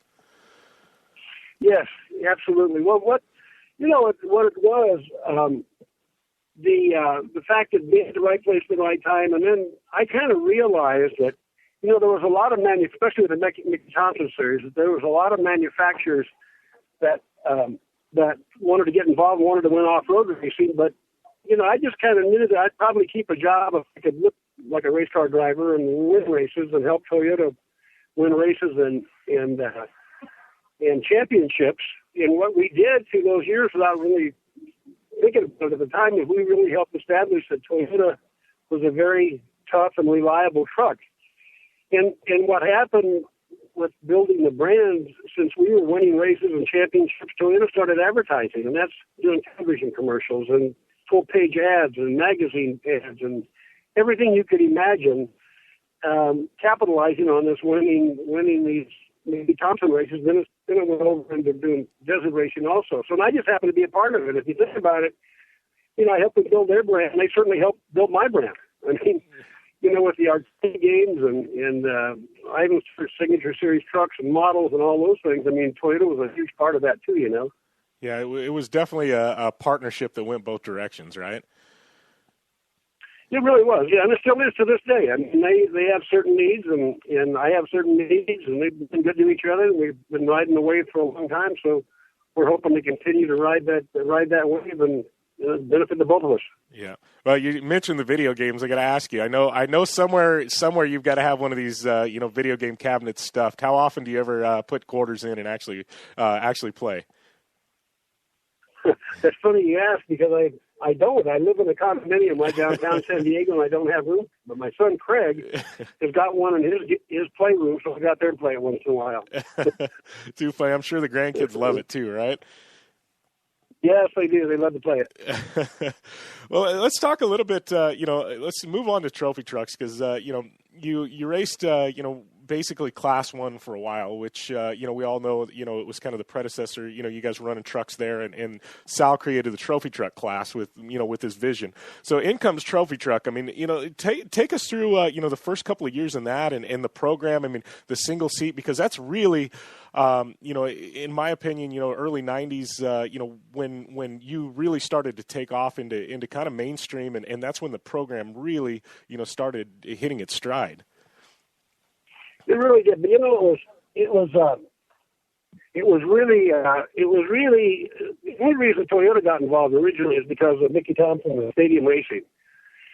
And Cal Wells and I don't know if you ever met Cal Wells, but he was a great guy to drive for, very dedicated and just fantastic car owner. But he convinced Toyota at the time, as long as they had this shop over building stadium racing trucks, let's go ahead and build desert racing trucks too, and they could do it relatively economical. So they built the first truck, if you remember, was a Class 7, which we ran very successfully, and I didn't really, I wanted to go Class 1, and about that time, as you mentioned, Sal came out with trophy trucks, so that was great for me. And I think probably because of liability, Cal Wells and Toyota decided to go with a single-seat truck, so they wouldn't have the liability of carrying a passenger in accidents and all those type of things. And if I did it, I mean, I loved doing it. It was probably the best equipment you could drive at the time. But with hindsight, there was a lot of times I wish I had a passenger with me, especially when I had a flat. Or if I wanted to, if I was getting lost or something, I wanted somebody to help me get out of this situation. Or if you got hurt, you'd have somebody to help you. But it hasn't worked out. It was a great, fantastic part of my life, my racing career. And again, I still get to go out and drive them. I drove that V8 powered truck a few months ago with some NASCAR guys, actually, and did some filming and what have you. But no, it was a great part of my life. I mean, I wouldn't change a bit of my racing career. Yeah. Well, let's talk about that last V8 truck, because I know, it's still out there. You were able to actually drive it. And I know, a lot of talk on social media and the internet's, it's all the bench racers want to know, how was that truck? You know what I mean? And could it still compete today? And I mean, I want to hear straight from you. I mean, how was it to drive that truck? And do you think, I mean, if you could bring back the PPI program from 2000 to today with you in there and give you a year or so to redevelop the truck, do you think you could still go out and win the Baja 500?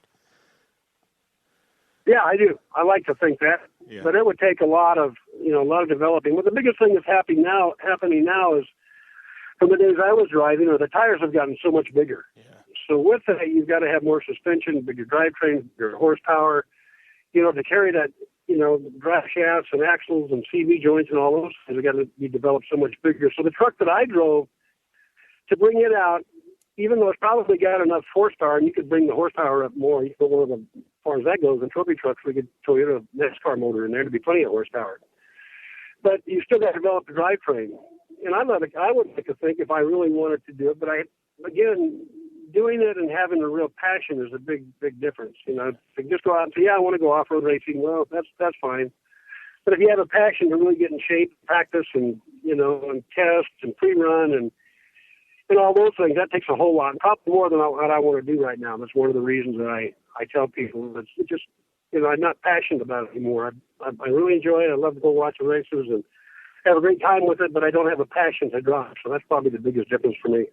Yeah, and I remember the race you debuted the V8, and obviously you had a bunch of wins with the V6s. You guys went to the V8, and how was that for? I mean, it was like putting that truck on steroids almost. I mean, you were just shot out of a cannon that day. How was that for the program? It seemed just. I remember it was like, when's Ivan going to get a V8? When's Ivan going to get a V8? You showed up, you had it, and you just went out and dominated. Yeah, but we had a lot of. You remember a lot of. Developing prior to that with the V6, as you say, and even the four-cylinder prior to that with the Class 7 truck. But no, I watched, being around since 1983 with Toyota. When I first started racing, they didn't even have a V6. So, I went through a V4, developed that for a long time, and then the V6 for ages. We raced the V6, and then to finally get the V8, that was like a dream come true. Now we really had some horsepower to play with, So we never really had any problem with horsepower. It was always probably tuning it down or tuning meat down to drive the truck within, the drivetrain was the biggest thing because, in off-road racing, opposed to any other form of racing, it's an all-day crash. So how high you jump and how hard you jerk the drivetrain is typically how far you're going to go in the race and how successful you're going to be. So learning to drive the truck within its parameters again, and not tearing the drivetrain up, that's probably the biggest thing. The engine was typically never a problem. The engines were always fantastic. Normally there was something else that would, driver would tear tires off it or tear the suspension up or overheat the shocks or something. But no, it was a great time, and it was fun to develop those things and be a part of it and to win races. And, I tell people all the time that I've got memories that I wouldn't trade $1 million for. It's great friends and fun I've had over the years. Yeah, I got to ask you one question, and then we'll kind of move on with some of these questions. But one of the iconic things about you that everybody recognizes is even when everybody else went to full face helmets and pumpers and everything else. You really stuck with the open face helmet. What was the reasoning behind that? Oh, I don't know. They first started developing the Parker pumper when I was racing, and it seemed like I tried it 2 or 3 times, and every time it would either leak or clogged up or it was hot in there, and I always seemed like I had some kind of problem with it. And I remember taking one of them and throwing it as far as I could. I thought, I'm like, guys on motorcycle racing, they don't use a full face helmet, and I figured if I got out in front, I wouldn't have the dust. And that's basically what I did. The biggest problem I had was passing guys. You can start passing Coopy trucks with, 600-700 horsepower. They start throwing rocks at you, big rocks. So I had a little slide-up window right above the steering wheel of the single seaters that I drove that I could kind of pull that up a little bit and hide behind it when I was passing those guys. But that was the biggest thing for me. It wasn't the dust as much as because typically when you pass people, if you can catch them where they're not making dust or going downhill is the secret. You don't want to follow somebody in the dust all the time and be eating the dust anyway. So I just kind of waited till I knew I could pass them when they wasn't making a lot of dust. So anyway, I had a lot of little secrets like that to drive without gloves and a full face helmet. Get out front, you need all that stuff. Yeah, exactly. I guess that's the moral of the story, right? Yeah. If you're leading the race, you don't need to worry about it. That was my theory. Yeah, it didn't always work. Well, let's kind of talk about. I know you've got some stuff now. You're involved with a lot of things. Obviously, doing a lot of ballroom dancing. You still make a lot of appearances for Toyota. I know. I know you're really into goal setting. Kind of talk a little bit about that because I know it's kind of a platform of yours almost.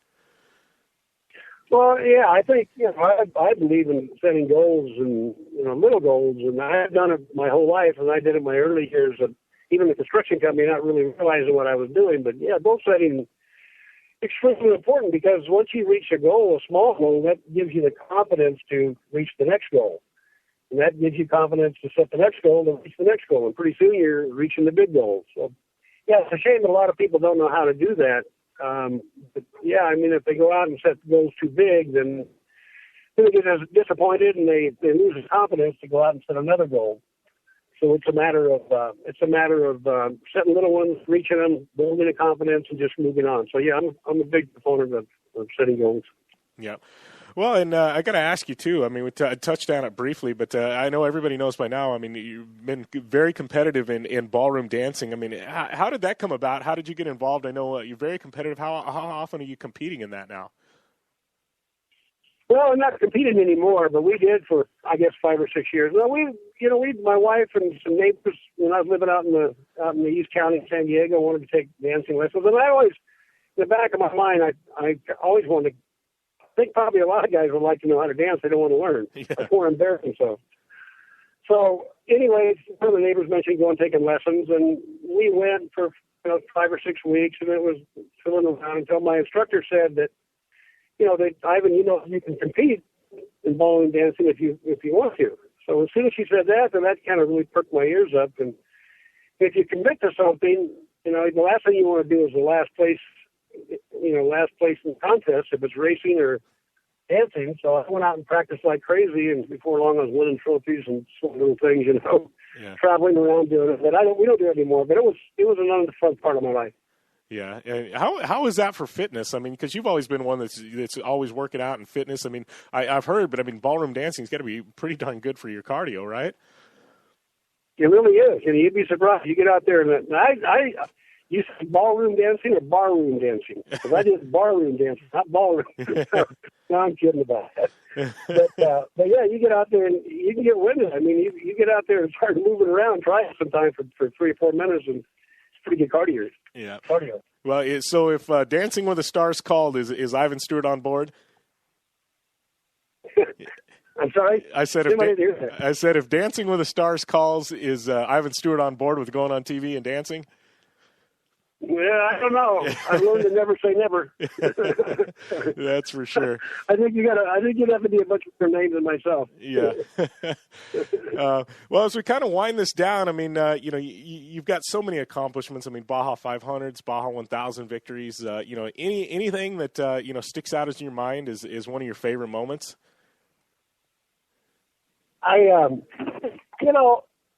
Right now, just to jump up with something that, I think whenever my son Brian and I raced the Baja 1000 one year, and no, I'm sorry, not the Baja 1000, but the Mint 400, we were both on the podium at the same time. That was when Brian, my son, was driving for Walker Evans. That was pretty special to do that, and then have my son Craig has got his business out there, Stewart Raceworks in El Cajon. He builds beautiful trophy trucks and pre-runs and that type of stuff. And watch him be successful, and I've got a house down in Baja now that we go down to. In fact, we're probably going to go down for Christmas and have the family down. So, just my life is such a dream, and I jump on my motorcycle and take long motorcycle rides, and my whole family's got our health, and I've got my health, and I get you calling me wanting to do a radio interview, which I love to do, and talk about my history and career and fun I've had over the years. So, I live a dream life. I'm thankful for every minute of it. Yeah, definitely living the life, and thank you for all you've done to give back to the sport of off-road and help it grow and succeed and be where we're at. And I mean, give a guy like me a chance to actually make a career driving a truck and doing radio. I mean, it's pretty amazing. And you were one of I guess the forefathers of off-road. So thanks for everything you've done in the past and still continue to do today. Oh, appreciate that. That's good. I talked to Casey Folks a little bit ago before I called you, and he invited me out to Parker again. He said, "You never come out to my races anymore." So I said, "Well, I'll get out to either the Mint or the Parker, one of these next ones we have, and maybe we'll get together, Jim." Absolutely, we'll definitely do it, and would love to have you here in Parker, and plan on it. So looking forward to that. I appreciate you for taking the time, my friend, and we'll definitely talk soon. Okay, Jim. Can talk to you later. All right. Bye-bye. Thank you, Ivan. Thank you. Bye. All right. That was Ivan the Ironman Stewart here on the Down and Dirty Radio Show. Stoked to have such a legend in the house on air with me. And I got to tell you, man, we are running behind. Had a great time today with Ken Block and Gregg Godfrey. And Ivan the Ironman Stewart, can't leave him out. But first off, I want to thank all of you for listening in. 3 years down, and over 600,000 listeners to the show. It's pretty mind-boggling. Without you guys, the show wouldn't exist.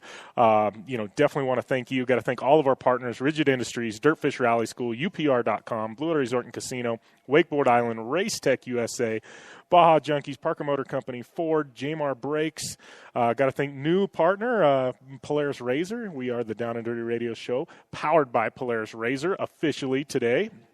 And also got to thank Ken Butch for being my driver around here in Park City. Got to thank Gregg Godfrey, Ivan Stewart, Ken Block, and once again, all you fans, listeners, anybody who's ever supported the show, posted, tweeted, grammed, gave feedback, or helped set up an interview or been a guest, thank you. Here is to 3 more years. As always, game on, and we'll see you next week.